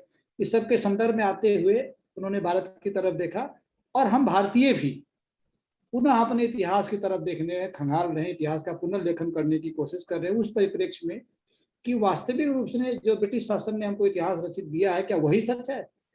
और कोई भी सत्ता अगर उसके खिलाफ संघर्ष हो, जैसा कि 1857 का हुआ, तो क्या वो हमको हीरो के रूप में प्रस्तुत करेगा? बिल्कुल नहीं, करना भी नहीं चाहिए। सत्ता उसकी थी, वो उसने हमको बताया कि हमने लड़ाई लड़ी और हम हारे, जैसा कि अभी शैलेंद्र जी ने बताया भी कि उन्होंने बताया कि हाँ कुछ सैनिक घायल हुए, एक आध मर भी गए, लेकिन संघर्ष इस तरह से नहीं दिखाया, क्योंकि दिखा भी नहीं सकते थे, उनकी अपनी सत्ता की राजनीति थी। ये होता आया है, लेकिन इतने वर्षों के बाद, आजादी के बाद, हम लोग भारतीयता के संदर्भ में जब हम बातचीत करते हैं अपने इतिहास लेखन की, उसको देखने की कोशिश कर रहे हैं निरंतर, तो हमसे वो पात्र क्यों उपेक्षित हैं जिनके बारे में साहित्य, समाज, संस्कृति और इतिहास सब में तथ्य उपलब्ध है। झांसी की रानी हमारे पास इतिहास में आई, इसलिए हम लोग बहुत लोग जानते हैं, अवध के राजनीति के बारे में जानते हैं, मगध की राजनीति के बारे में जानते हैं, लेकिन क्या उन अगर हम शब्दावली उधार लें उन हीरोज, जिसको हीरोज बोलते हैं, उनके बारे में हमारे पास क्या कुछ प्रमाणिक और ऐतिहासिक दस्तावेज उपलब्ध है? और यदि नहीं है तो उसकी खामी हमारे रिसर्चर्स की रही है। इसकी तरफ सलीम भाई साहब ने जो है संकेत भी किया। एक और बात जो मैंने जैसे बताया कि मुझे भी उतनी जानकारी नहीं थी, ये मेरे अध्ययन की सीमा हो सकती है और मैंने स्वीकार भी किया, लेकिन जब मैंने राणा माधव पे इधर देखना शुरू किया, पढ़ना शुरू किया, तो बहुत सारे तथ्य ऐसे आए जो मैं एक दो, बहुत सारा जो है सलीम जी ने रखा है और अध्यक्ष के वक्तव्य बहुत लंबा नहीं होना चाहिए, उसको ध्यान में रखते हुए कुछ तथ्य जो ब्रिटिश सरकार के समय में उनके लोगों ने अपनी डायरियों में, अपने कमेंट्स में, अपने पुस्तकों में, जिसके बारे में जैसे मार्लसन ने किया, जिसके बाद जो है जिस रसेल की डायरी का आपने जिक्र किया, उन सब के तथ्यों को मैंने भी कुछ खंगाला और देखा, तो अजीब सा तथ्य हमारे सामने आता है कि जिन हीरोज को हम नहीं जानते हैं, उनके संघर्ष की गाथा में उस समय के लोग अपनी डायरी में लिपिबद्ध कर रहे थे और इस तरह से कर रहे थे कि ऐसा प्रतीत हो रहा था कि ये जो सैनिक के रूप में, चाहे गोरिल्ला युद्ध के रूप में, चाहे प्रत्यक्ष युद्ध के रूप में जैसे भी सामने आ रहे थे, उनसे कदाचित वो इतना डरे हुए थे सत्ता को लेकर कि कहीं ऐसा ना हो कि इनके संघर्ष के कारण एक पूरा समाज उनके साथ जुड़ जाए। इसलिए वो भी वार जो करते थे वो कभी भी इस तरह से नहीं किया, जैसा बताया ना कि एक जगह इकट्ठा करके उनको मार देना। वो चाहे हमारे पास जलियांवाला बाग का भी इसका बहुत सारा उदाहरण हमारे पास उपलब्ध है। इस तरह वो करते रहे कि कहीं इकट्ठा करो और मार दो, और विशेष तौर पे जैसे कहीं राप्ती के नदी के किनारे लोग आए हैं तो उनको आप घेर लीजिए, उन पे आक्रमण कीजिए। कहा जाता है कि भारतीयों ने गोरिल्ला युद्ध किया है, लेकिन अगर आप तथ्य देखना शुरू कर दीजिए तो इस तरह से युद्ध रणनीति खुद ब्रिटिशर्स ने बनाई थी कि वो हम उसी युद्ध के रूप में हम उनके सामने आ ही सकते थे। ये भी एक ध्यान देने की बात है।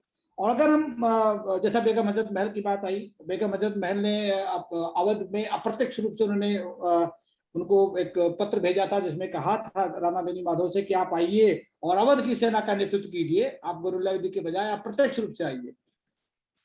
और बेगम हजरत महल के बारे में खुद इतिहासकार बहुत सारा, हिस्ट्री ऑफ इंडियन इम्यूनिटी में जो है टी राइट्स लिखते हैं कि अगर उनका हवाला दें कि 1 नवंबर 1858 को महारानी विक्टोरिया का घोषणा पत्र प्रकाशित हुआ, किंतु बेगम हजरत महल ने समस्त घोषणा पत्र का खंडन करते हुए अंग्रेजों के धूर्तता के ऊपर विस्तृत प्रकाश डाला, अंग्रेजों के वचनों पर विश्वास न करने के लिए लोगों को प्रोत्साहित किया। और इसी क्रम में आगे जब उसी में लिखते हैं वो आगे बढ़ते, और जब बात आती है राणा के बारे में तो लिखते हैं वही कि संदर्भ है डोडिया खेड़ा की लड़ाई का। वो बोलते हैं कि इस प्रकार डोडिया खेड़ा में बेनी माधव ने क्या किया था उसके बारे में बताते हैं कि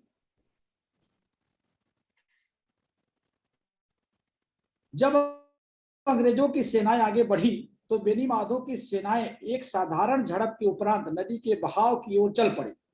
अंग्रेजों ने अपने घुड़सवार उनके पीछे भेजे किंतु बहुत थोड़े से ही आदमियों को वे हानि पहुंचा सके। बेनी माधव का वेग के साथ पीछा किया गया किंतु उनका पता न चल सका।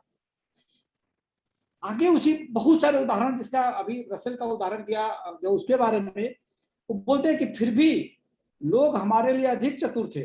वो बोलते हैं अपनी डायरी में कि माई डायरी में कि फिर भी ये लोग, जैसा कि युद्ध के बारे में आया और जिस तरह से अपने एक बड़ा इमोशनल क्षण आता है जब वो बेनी माधव के किले पे जाके लोग घेर लेते हैं और बेनी माधव को बोलते हैं कि आपके पास विकल्प नहीं है, और वो उनसे बातचीत करते हैं कि आपके पास अब हमारे हवाले होने के अलावा, शरणागत होने के अलावा कोई विकल्प नहीं है।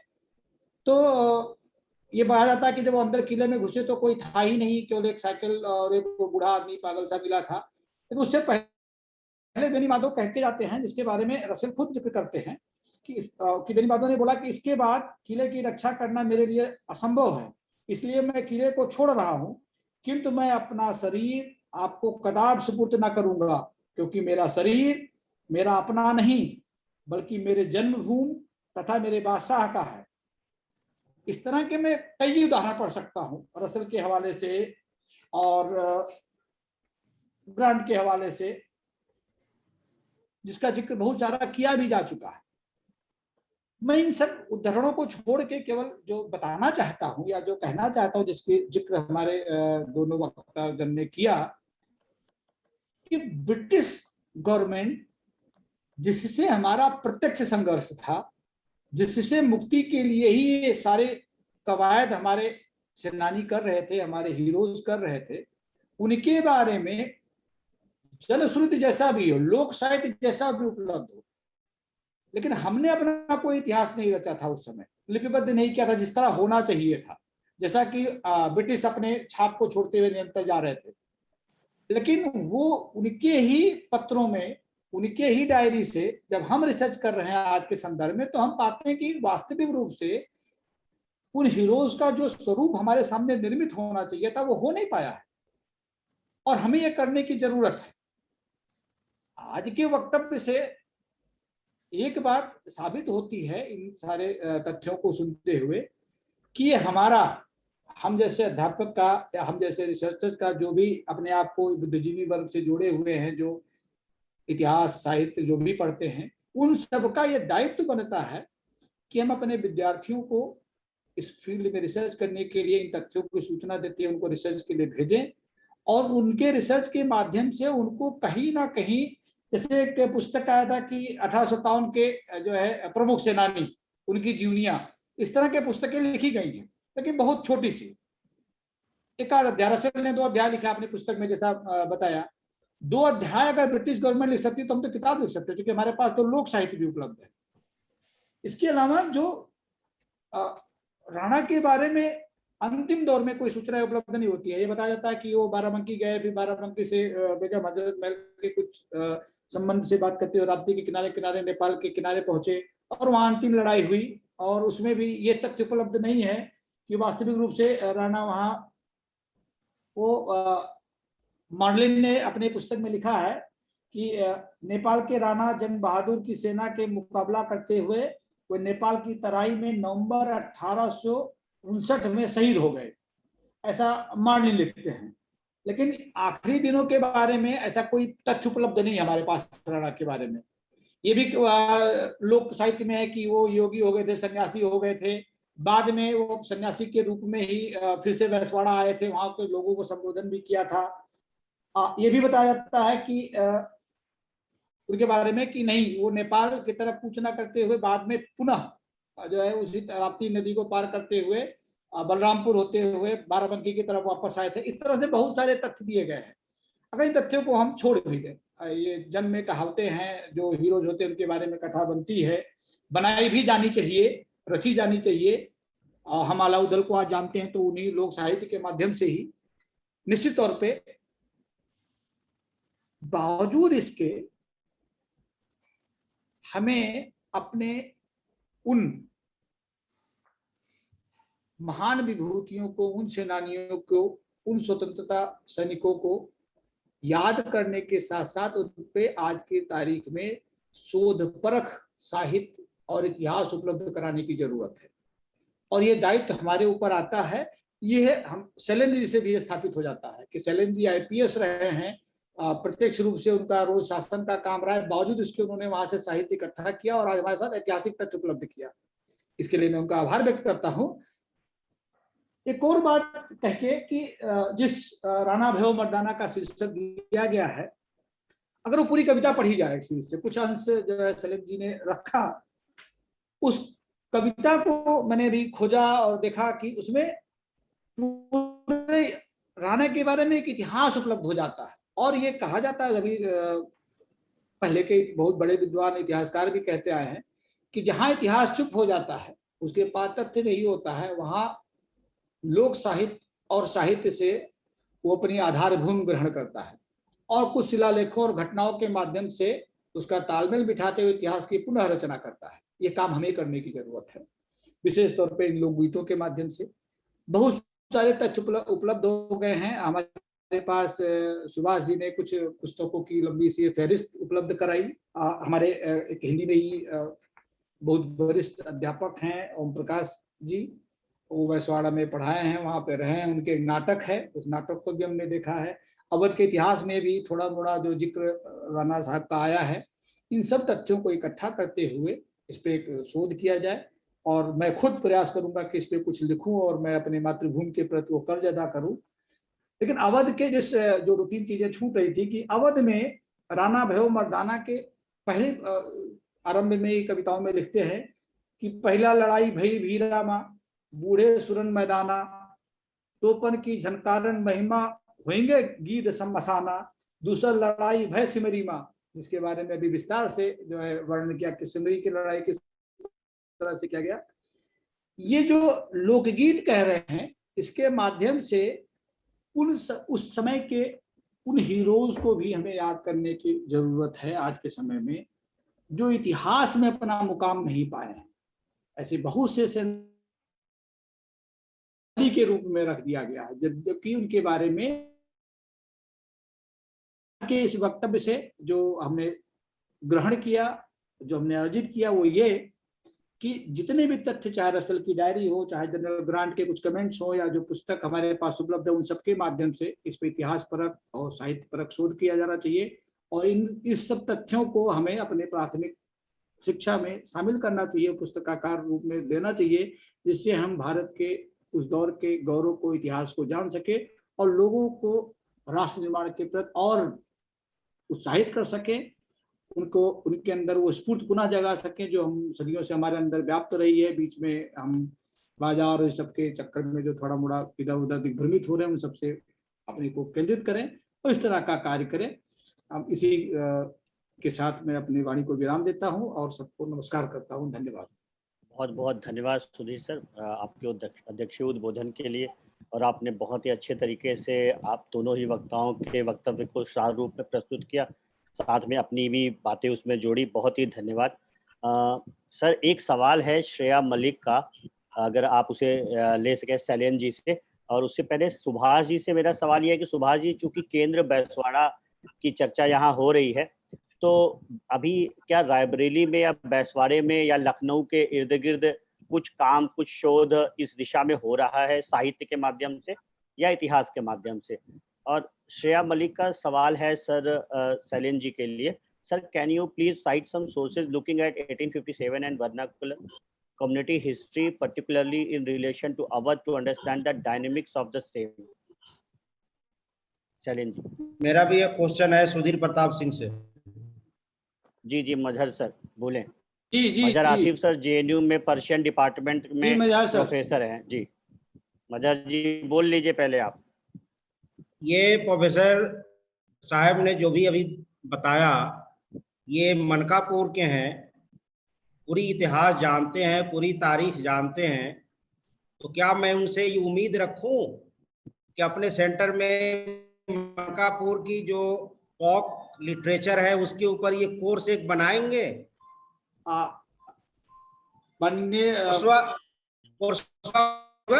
मैं वो आपस में भी चर्चा हो जाएगी। मजहर जी आप रोज मिलते हैं, मुझे पता है, तो अभी हमारे बीच में 2 बार हम बना दें इस बारे में, अभी जवाब दे दे। 7 बजे एक हमारी मीटिंग है अभी। मजहर सर, पहली बात तो ये कि कुछ लिटरेचर अवध से जिनको मैंने पढ़ा, बहादुर सिंह का, उनका मैंने साहित्य उपलब्ध कराया है। अदम गोंडवी का हमारे पास साहित्य उपलब्ध हुआ है। कुछ स्वदेश जी के कारण ही सही मैंने अभी राणा जी पे भी बहुत सारा सामग्री उपलब्ध कराया है। और मैंने अभी अपने वक्तव्य के दौरान ही कहा कि इस पे किया जाना चाहिए, हमारी जिम्मेदारी बनती, जिसमें मैंने अपने आप को रखा है। और मैंने बोला कि मैं खुद इन तथ्यों को इकट्ठा करना शुरू कर रहा हूँ, इस पे काम करूंगा, कुछ जरूर मेरे तरफ से आएगा। और मौका मिला तो अगर ठीक ठाक टेक्स्ट उपलब्ध हुआ तो मैं अपने साथ काम करने वाले शोधार्थियों को उस तरफ प्रेरित करूंगा कि वो भी जाएं, इस पे काम करें। और निश्चित तौर पे हमारे साथ ऐसे भी लोग हैं, उस प्रांत के भी हैं जो हमारे साथ काम करने PhD कर रहे हैं, तो ऐसे भी शोधार्थी उपलब्ध कराए जाएंगे। पहले कुछ हम लोग लिख पढ़ लें, उसके बाद उसको कोर्स में शामिल करने की जद्दोजहद शुरू की जाए। पहले हम तथ्य संकलन कर लें। जी ठीक है सर। शैलेंद्र सर। हाँ, मेरे ख्याल से मेरी आवाज आ रही है ना? जी बिल्कुल स्पष्ट है। हाँ बिल्कुल, बड़ा लिटरेचर है, बहुत लिटरेचर है। लखनऊ में जो कुछ भी हुआ है, पहला तो सबसे बड़ा काम तो वहाँ जो क्रांतिकारियों ने किया था, सबको खदेड़ के रेजिडेंसी में ही बंद कर दिया था। अब उसकी रेजिडेंसी के अंदर की भी तमाम कहानियां अंग्रेजों ने लिखी, जो वहाँ लोग थे उन लोगों की तरफ से भी तमाम किताबें हैं। वहाँ अंदर रेजिडेंसी की डायरीज हैं, किस तरह से मारे गए, किस तरह से अंदर लोग मर रहे थे। करीब 2700 लोग अंदर थे और जब बाद में मार्च 58 में निकाले हैं कैंपवेल में तो 700-800 केवल निकले हैं। कहने का मतलब है करीब 1500-2000 आदमी अंदर मरा है। तो इसके बड़ा विवरण है, तमाम है, और मैं नहीं समझ पा रहा हूँ कि किस तरह की सोर्सेस की क्या कमी है। केवल हमारा ख्याल है शोध करने की कमी है। बहुत किताबें हैं। मैंने तो तमाम डायरियां लखनऊ पे भी हमने तमाम पढ़ी हैं, रेजिडेंसी के अंदर की कहानियां भी पढ़ी हैं, और बड़े नॉवेल्स पढ़े हैं, बड़ी चीजें पढ़ी हैं। कोई चीज विशेष अगर किसी पर्टिकुलर पीरियड कोई बात हो तो मैं उसमें हेल्प कर सकता हूँ। Thank you. सुभाष जी, आप भी कुछ लास्ट कमेंट करना चाहेंगे? स्वदेश जी, जैसा कि साहित्य के बारे में जो बात कही गई, तो साहित्य तो राणा साहब के संघर्ष से ही रचना शुरू हो गया। साहित्य के क्षेत्र में वो नायक उभर के आए हैं, और साहित्य के क्षेत्र में नायक निर्मित करने की जरूरत नहीं है। जहां हमें जरूरत है वो इतिहास के क्षेत्र में है। इतिहास के क्षेत्र में अभी जैसा शैलेंद्र सर ने बताया कि तमाम सारे स्रोत हैं, उन सब स्रोतों को लेकर एक व्यवस्थित इतिहास लेखन की जरूरत है, और उस दिशा में अभी थोड़े बहुत प्रयास हो रहे हैं यहाँ पर। लेकिन जैसा कि हम इस चर्चा में ये उभर के आया है कि जहाँ इतिहास नहीं रहता वहां हमें साहित्य का सहारा, आधार लेना पड़ता है। तो हम इन साहित्य को भी शोध की श्रेणी में रखें और प्राथमिक सामग्री के रूप में, तब जाके जो हमारा जो अध्ययन निकलेगा, जो इतिहास आएगा हमारे सामने, वह मुझे लगता है कि वो वास्तविक इतिहास होगा। और उस दिशा में प्रयास करने की जरूरत है। हो सके तो कुछ फेलोशिप वगैरह अगर उपलब्ध हो जाए तो उस तरह से शोधार्थियों को उस तरफ जो है प्रेरित करने की जरूरत है। एक थोड़ा सा इसमें मुझे ऐड करना था कि अभी कुछ बच्चों, सर म्यूट हो गए आप, सर अनम्यूट कर लीजिए अपने आप को, आप म्यूट हो। ये हमारा ख्याल आ गई, आवाज आ गई? बिल्कुल बिल्कुल। हाँ, मैं ये कह रहा था कि कुछ लोग शोध कर रहे थे। बीएचयू के एक लड़के ने मुझसे कांटेक्ट किया कि राणा पे मैं शोध कर रहा हूँ, तो मैंने अपनी किताब के 3-4 चैप्टर उनको भेजे थे। मैं जो यहाँ समझ पा रहा हूँ, शायद वो किताब बहुत ज्यादा है नहीं। ये किताब तो मैंने जिसमें बेसिक मटेरियल्स हैं, जो कुछ है थोड़ा बहुत मैं कलेक्ट कर पाया, और शोध के बाद अगले शोध होने चाहिए। अभी बहुत मटेरियल आने चाहिए। जैसे मैंने दोनों चैप्टर्स जो रसेल की डायरी के हैं वो हिंदी में अनुवाद करके उसमें मैंने लिखे हैं, तो उस किताब में तो मैं अपनी किताब में चाहता था कि आपके कम से कम 3 लोगों को तो मैं भेज ही दूं। एक तो सुभाष जी को भेज दूं, आपको भेज दूं, और आपके अध्यक्ष जो आज के अध्यक्ष ही उनका है उनके पास भेज दूं, अगर मुझे एड्रेस मिल जाए। जी बिल्कुल। और तीसरा मैं उनके प्रकाशक का भी भेज दूंगा, लखनऊ वाले, अगर उनके पास है तो वो भी वहां से भी मंगाई जा सकती हैं। लेकिन मुझे इतना कर दिया जाए तो मैं अपनी किताबें भेज सकता हूँ, भेज दूंगा मैं। मेरे पास है किताबें, कुछ मेरे पास में हैं, तो मैं उनमें से भेज दूंगा। बेसिक मटेरियल तो उसमें है ही है। मैंने काफी कोशिश की है कि बेसिक मटेरियल उसमें आ जाए, और उसके बाद और काम हो तो बहुत और अच्छे शोध होने चाहिए, बहुत बड़ा काम होने चाहिए, बड़ा अच्छा कलेक्शन होना चाहिए। ये है। Thank you sir. So sir बहुत बहुत धन्यवाद सर आपका, आपने अपने अमूल्य समय निकाला और हम लोगों को साहित्य और इतिहास के माध्यम से राणा बेनी माधव का पुनः स्मरण करने का मौका दिया। आपका बहुत बहुत धन्यवाद सर। सुभाष जी, आप वहीं बैठे हुए हैं जहां से राणा बेनी माधव हुए। आप प्रयास कीजिए, और हम सब लोग यहाँ जितने भी लोग मौजूद हैं वो देश के अलग अलग हिस्सों से हैं, और प्रोफेसर्स हैं, वाइस चांसलर्स हैं। हमारे बीच में प्रोफेसर टीवी कट्टीमणि जी थे, जो भी central university of Andhra Pradesh में वाइस चांसलर हैं। ऐसे तमाम तरीके के प्रोफेसर, रिसर्च स्कॉलर्स हमारे साथ जुड़े हैं। तो इस मुहिम को आप आगे बढ़ाइए, हम सब लोग आपके साथ है। आपका भी जुड़ने के लिए बहुत धन्यवाद। प्रोफेसर सुधीर प्रताप सिंह, जो कि जेएनयू के हिंदी भाषा केंद्र में प्रोफेसर हैं और जेएनयू में डीन है, उन्होंने हमें आज समय दिया और अध्यक्ष होना स्वीकार किया, इसके लिए उनका भी बहुत धन्यवाद। और जैसा सर ने अपनी तरफ से इनिशिएटिव लिया, शैलेंद्र सर ने, कि 3 प्रतियां वो भेज देंगे, तो जेएनयू के हिंदी भाषा अध्ययन केंद्र में वो अगर पहुंच गई, फिरोज गांधी डिग्री कॉलेज में वो पहुंच गई, दिल्ली विश्वविद्यालय में वो पहुंच गई, यहाँ से एक छोटी सी शुरुआत हम कर सकते हैं। उसके लिए सर आपको बहुत बहुत एड्रेस भेज दीजिएगा। मेरा सर, वो सुभाष जी आपको भेजेंगे और हम लोग आपको भेज देंगे। आप सभी लोगों का इस कार्यक्रम से जुड़ने के लिए बहुत बहुत धन्यवाद। एकेडमिक्स फॉर नेशन के माध्यम से हम आज़ादी का अमृत महोत्सव का जो पूरा वर्ष है, इस पे इस तरह के कार्यक्रम की श्रृंखला करते रहेंगे, और इतिहास के जो अनछुए पहलू हैं, जो हमें गौरव का क्षण प्रदान करने वाले पहलू हैं, उस पे लगातार चर्चा को जारी रखेंगे। सभी का बहुत बहुत धन्यवाद। Thank you.